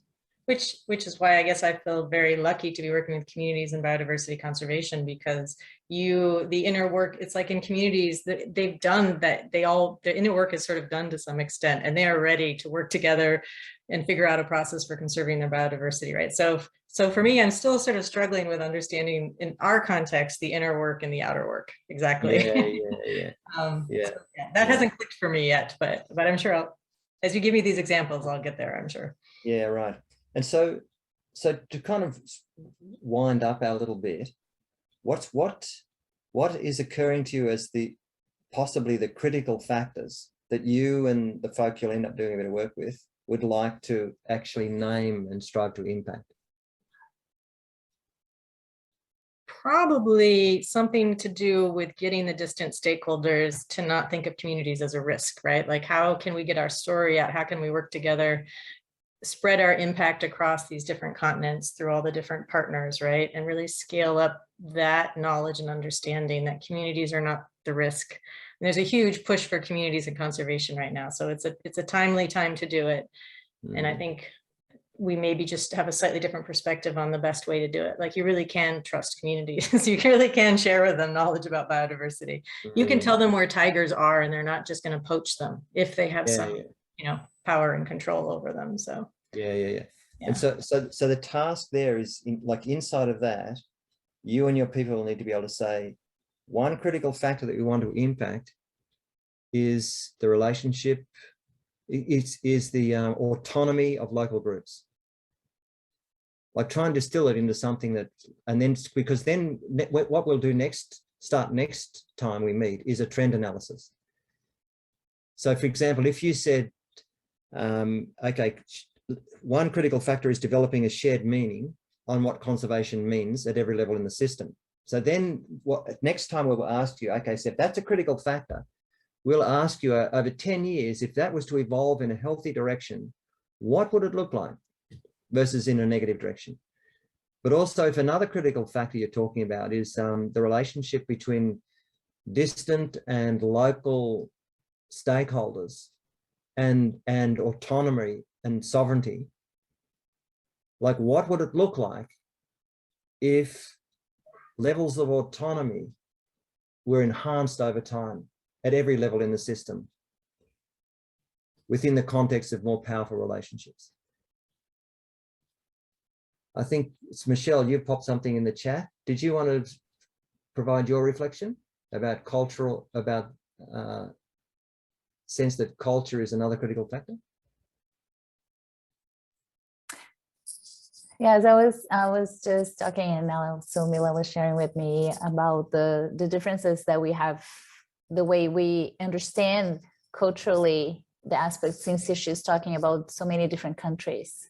Because even though community conservation can say conservation is it's a value, the way we translate this value is totally different continents and different countries. That's one of the things that we have been having as a key aspect that we're having for our project here. Even though we're talking about Latin America, there's so many different aspects about the needs and the way we understand the main purpose we're talking and sharing at this moment. So understanding this the communication gaps is not just the way we talk about how we talk and what we're actually establishing as a system, like Terry's saying, but at the same time, how we actually can understand from a perspective of different cultures, what we're actually talking about, what is actually our needs, and what is taking us towards the main goals, and if the main goals and the question that we're going after is the same. But at the same time, what is taking us away from that? So how actually we can establish this journey to get closer to the main needs, considering the different cultural aspects. That's what I was thinking about. Mila, would you like to bring something? No, you said it all. Thank you, Michelle. Yeah, thanks, Terry. It's I think what occurred to you when I shared the slide, it occurred to me when I saw a very similar slide when I did a program on convergent facilitation. You know, a real light bulb went on, and and this distinction has served me profoundly well. And I certainly applaud your work. And just before we transition into kind of starting to wind up, any other thoughts or cheers from the sideline from Terry? Comments in the chat? How's her work occurring to you? This is Gail Colin. Terry, I just want to say that One Earth Conservation does what you do on a smaller level. We're in 6 countries rather than 15, but I think we all should speak because we have a lot to share. That's one of the pieces we wonder about. We know there are lots of people thinking the same way we are, and figuring out who those people are and working together is one of our goals. So yes, we should. Yeah, we'd love to share. I mean, because we do community conservation also. That's the basis of what we do, and just to share what works and what doesn't and that sort of thing would be fabulous. So hopefully there'll be time for us to do that at some point. Yeah. Yes. Yeah, Gail, thanks, Gail, because I mentioned to Laura Kim before, like as soon as we came online, that you lot need to connect, and there'll be others too. So get your emails in the chat before we sign off, and catch up, because my sense is you're a bunch of kindred spirits. Yeah, I think there's a lot of us out there. It's just connecting everyone everywhere, right? These are not good Yeah. ideas. Usually don't happen in isolation, right? People find the same path all over the world. Yeah, you know, and just a huge hats off to you folk. I mean, I'm actually feeling quite emotional and a bit tearful now, because I feel this work is so important.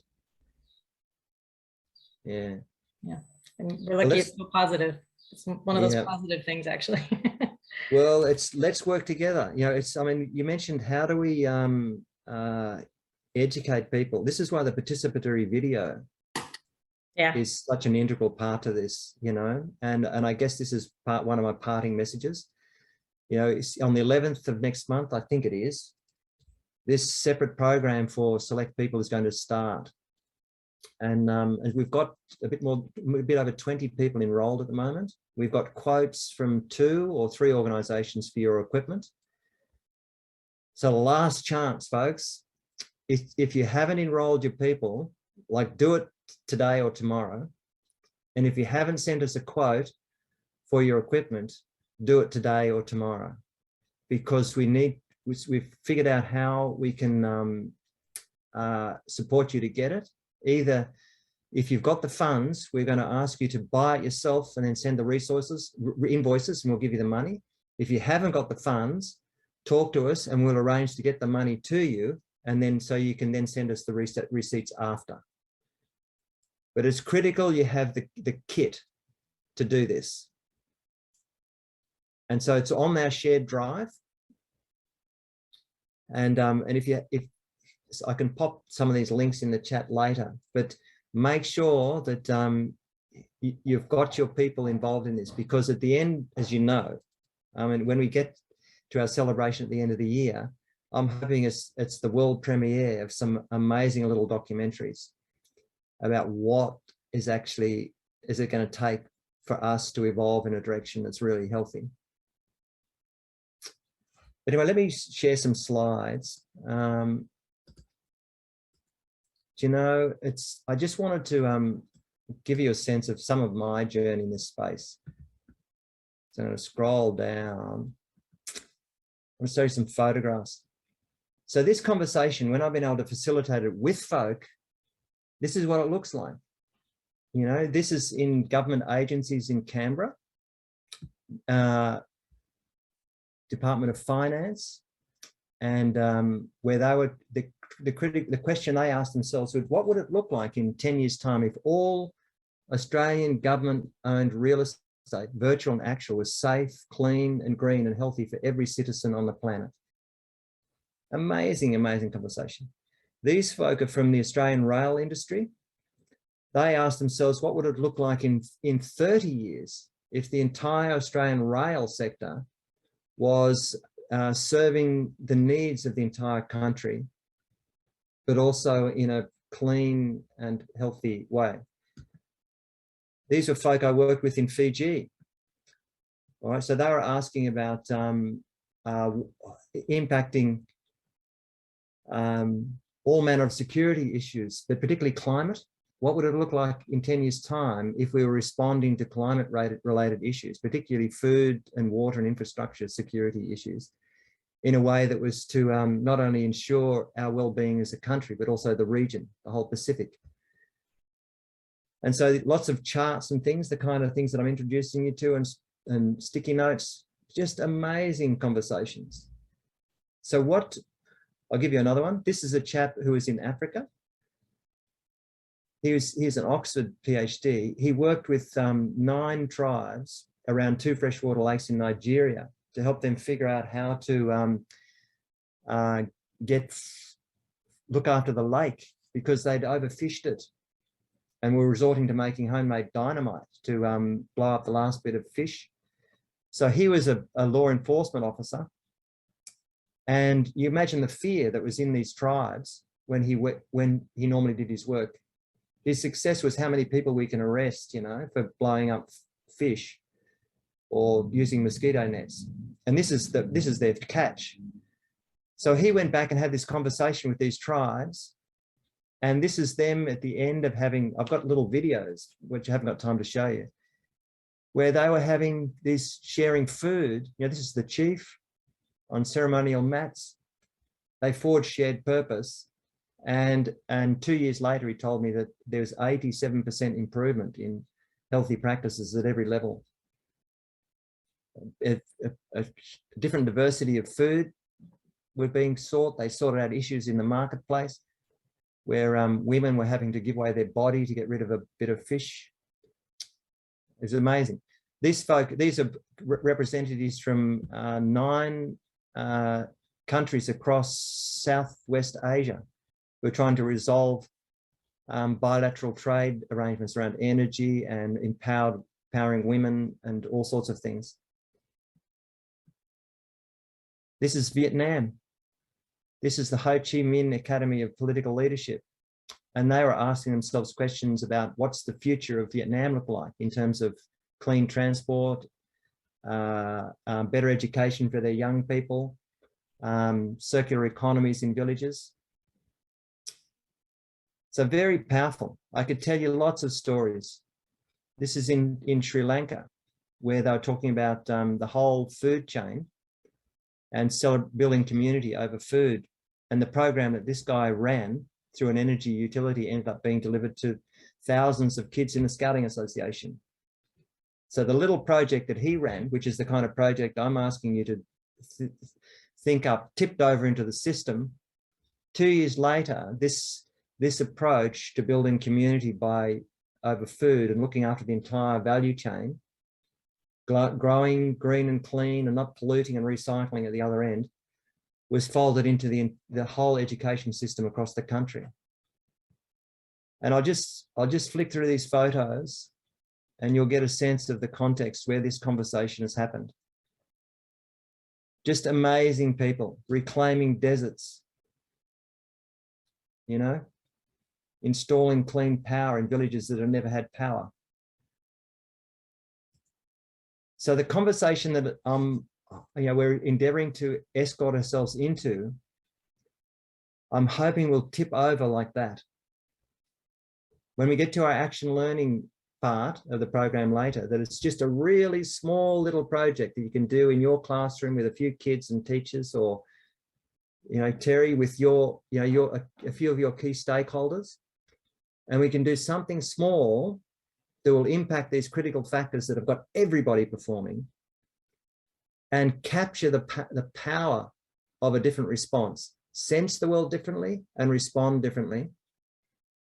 And if we can capture that, then next year I'm hoping we can go into another cycle and scale it up so that it'll actually tip over into the system. So that's my hope and prayer for our little endeavor. I feel like we're really now starting to cultivate shared purpose as a community ourselves. Do you feel like that? Yeah, good. That wasn't I wasn't overwhelmed by your response. Maybe you're not sure yet. Dear. Anyway, listen, what do I want to say? I think that's it. I've mentioned about the participatory video. The researchers, we're starting to meet separately, which is kind of nice. So there's a group, there's going to be about 8 or 10 people in the researchers group who will be forging a very different program to formally research our projects. I want to reinforce something that Michelle said before. If any of you want to catch up and have a one-on-one conversation like this, let us know, because I want to carve out time for us to really support each other. So I want you to feel, yep, actually I'm now on the front foot, and I'm able to respond effectively to do what's required and respond effectively. I wonder, Paul, did you want to say anything at this point? No, it's all good. Thanks, Robert. Good session. Yeah.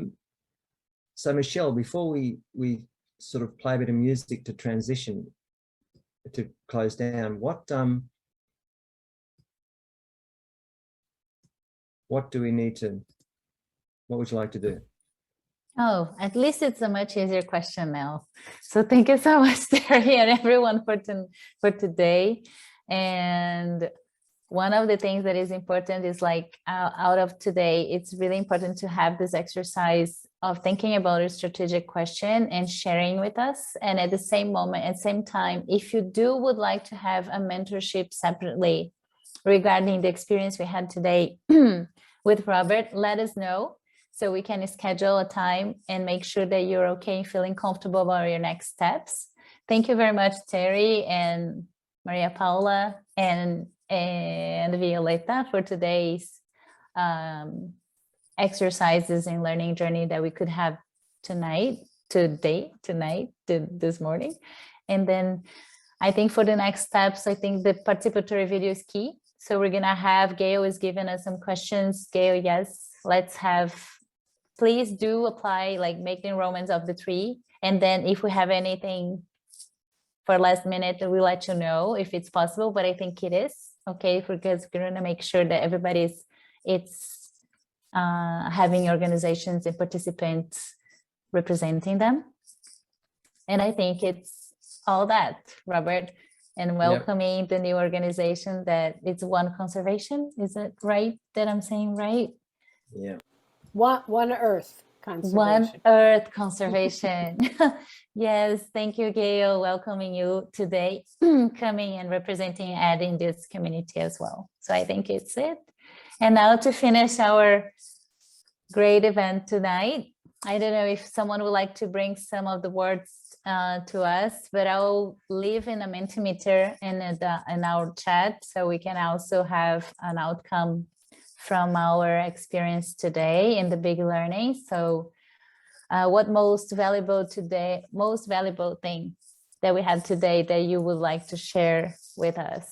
And then I'll share the meeting in the Mentimeter. And also by the time you're having these answers for us, I'll invite Robert. Are you gonna present for us a live session or a video so we can finish our time today with some celebration? Yeah, I won't play a live bit, but I've got a video, bit of music chosen. All right. If you have any questions or if you have any things you would like to ask us through the chat, please let us know. By the time I'm putting and posting the Mentimeter chat, so you can have a chance to give us some feedback. And at the same time, let's say, Gail, should we do another Zoom session about the, yes, please. Gail, please do and book the time with Marcelo and Robert so you can catch up more things for next steps for our journey. Yes, go ahead, Robert. If you'd like to share the music. Yeah. But thank you all of you that had the opportunity to be here. And let's do. Thank you, Lena. Thank you, Diego, Lorenza, Laura, Mila, Gail, and everyone who had the opportunity and who's leaving, had to leave this meeting beforehand. Yeah, and thank you everybody very much. This bit of music is it's a live performance by a couple of Latin American musicians. Guitar's my thing, so I love this kind of stuff. But I love the spirit of these two guys. I won't play the whole thing, but I'll just enough of it for you to really get a sense.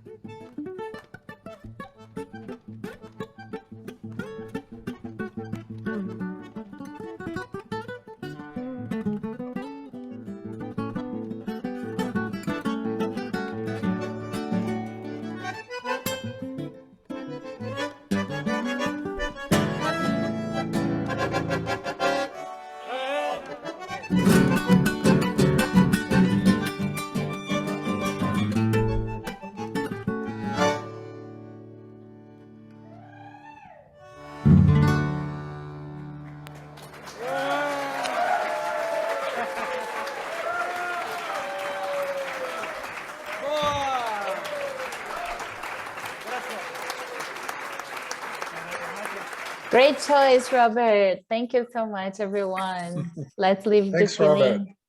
Thank you, Robert, for the choice, and see you in the next meeting in 2 weeks. Yep. Take Gracias, your time, and any Diego. questions, just let us know. Gracias, Lorena. Chao, Lorenza. Lorenza. Gracias por. Gracias.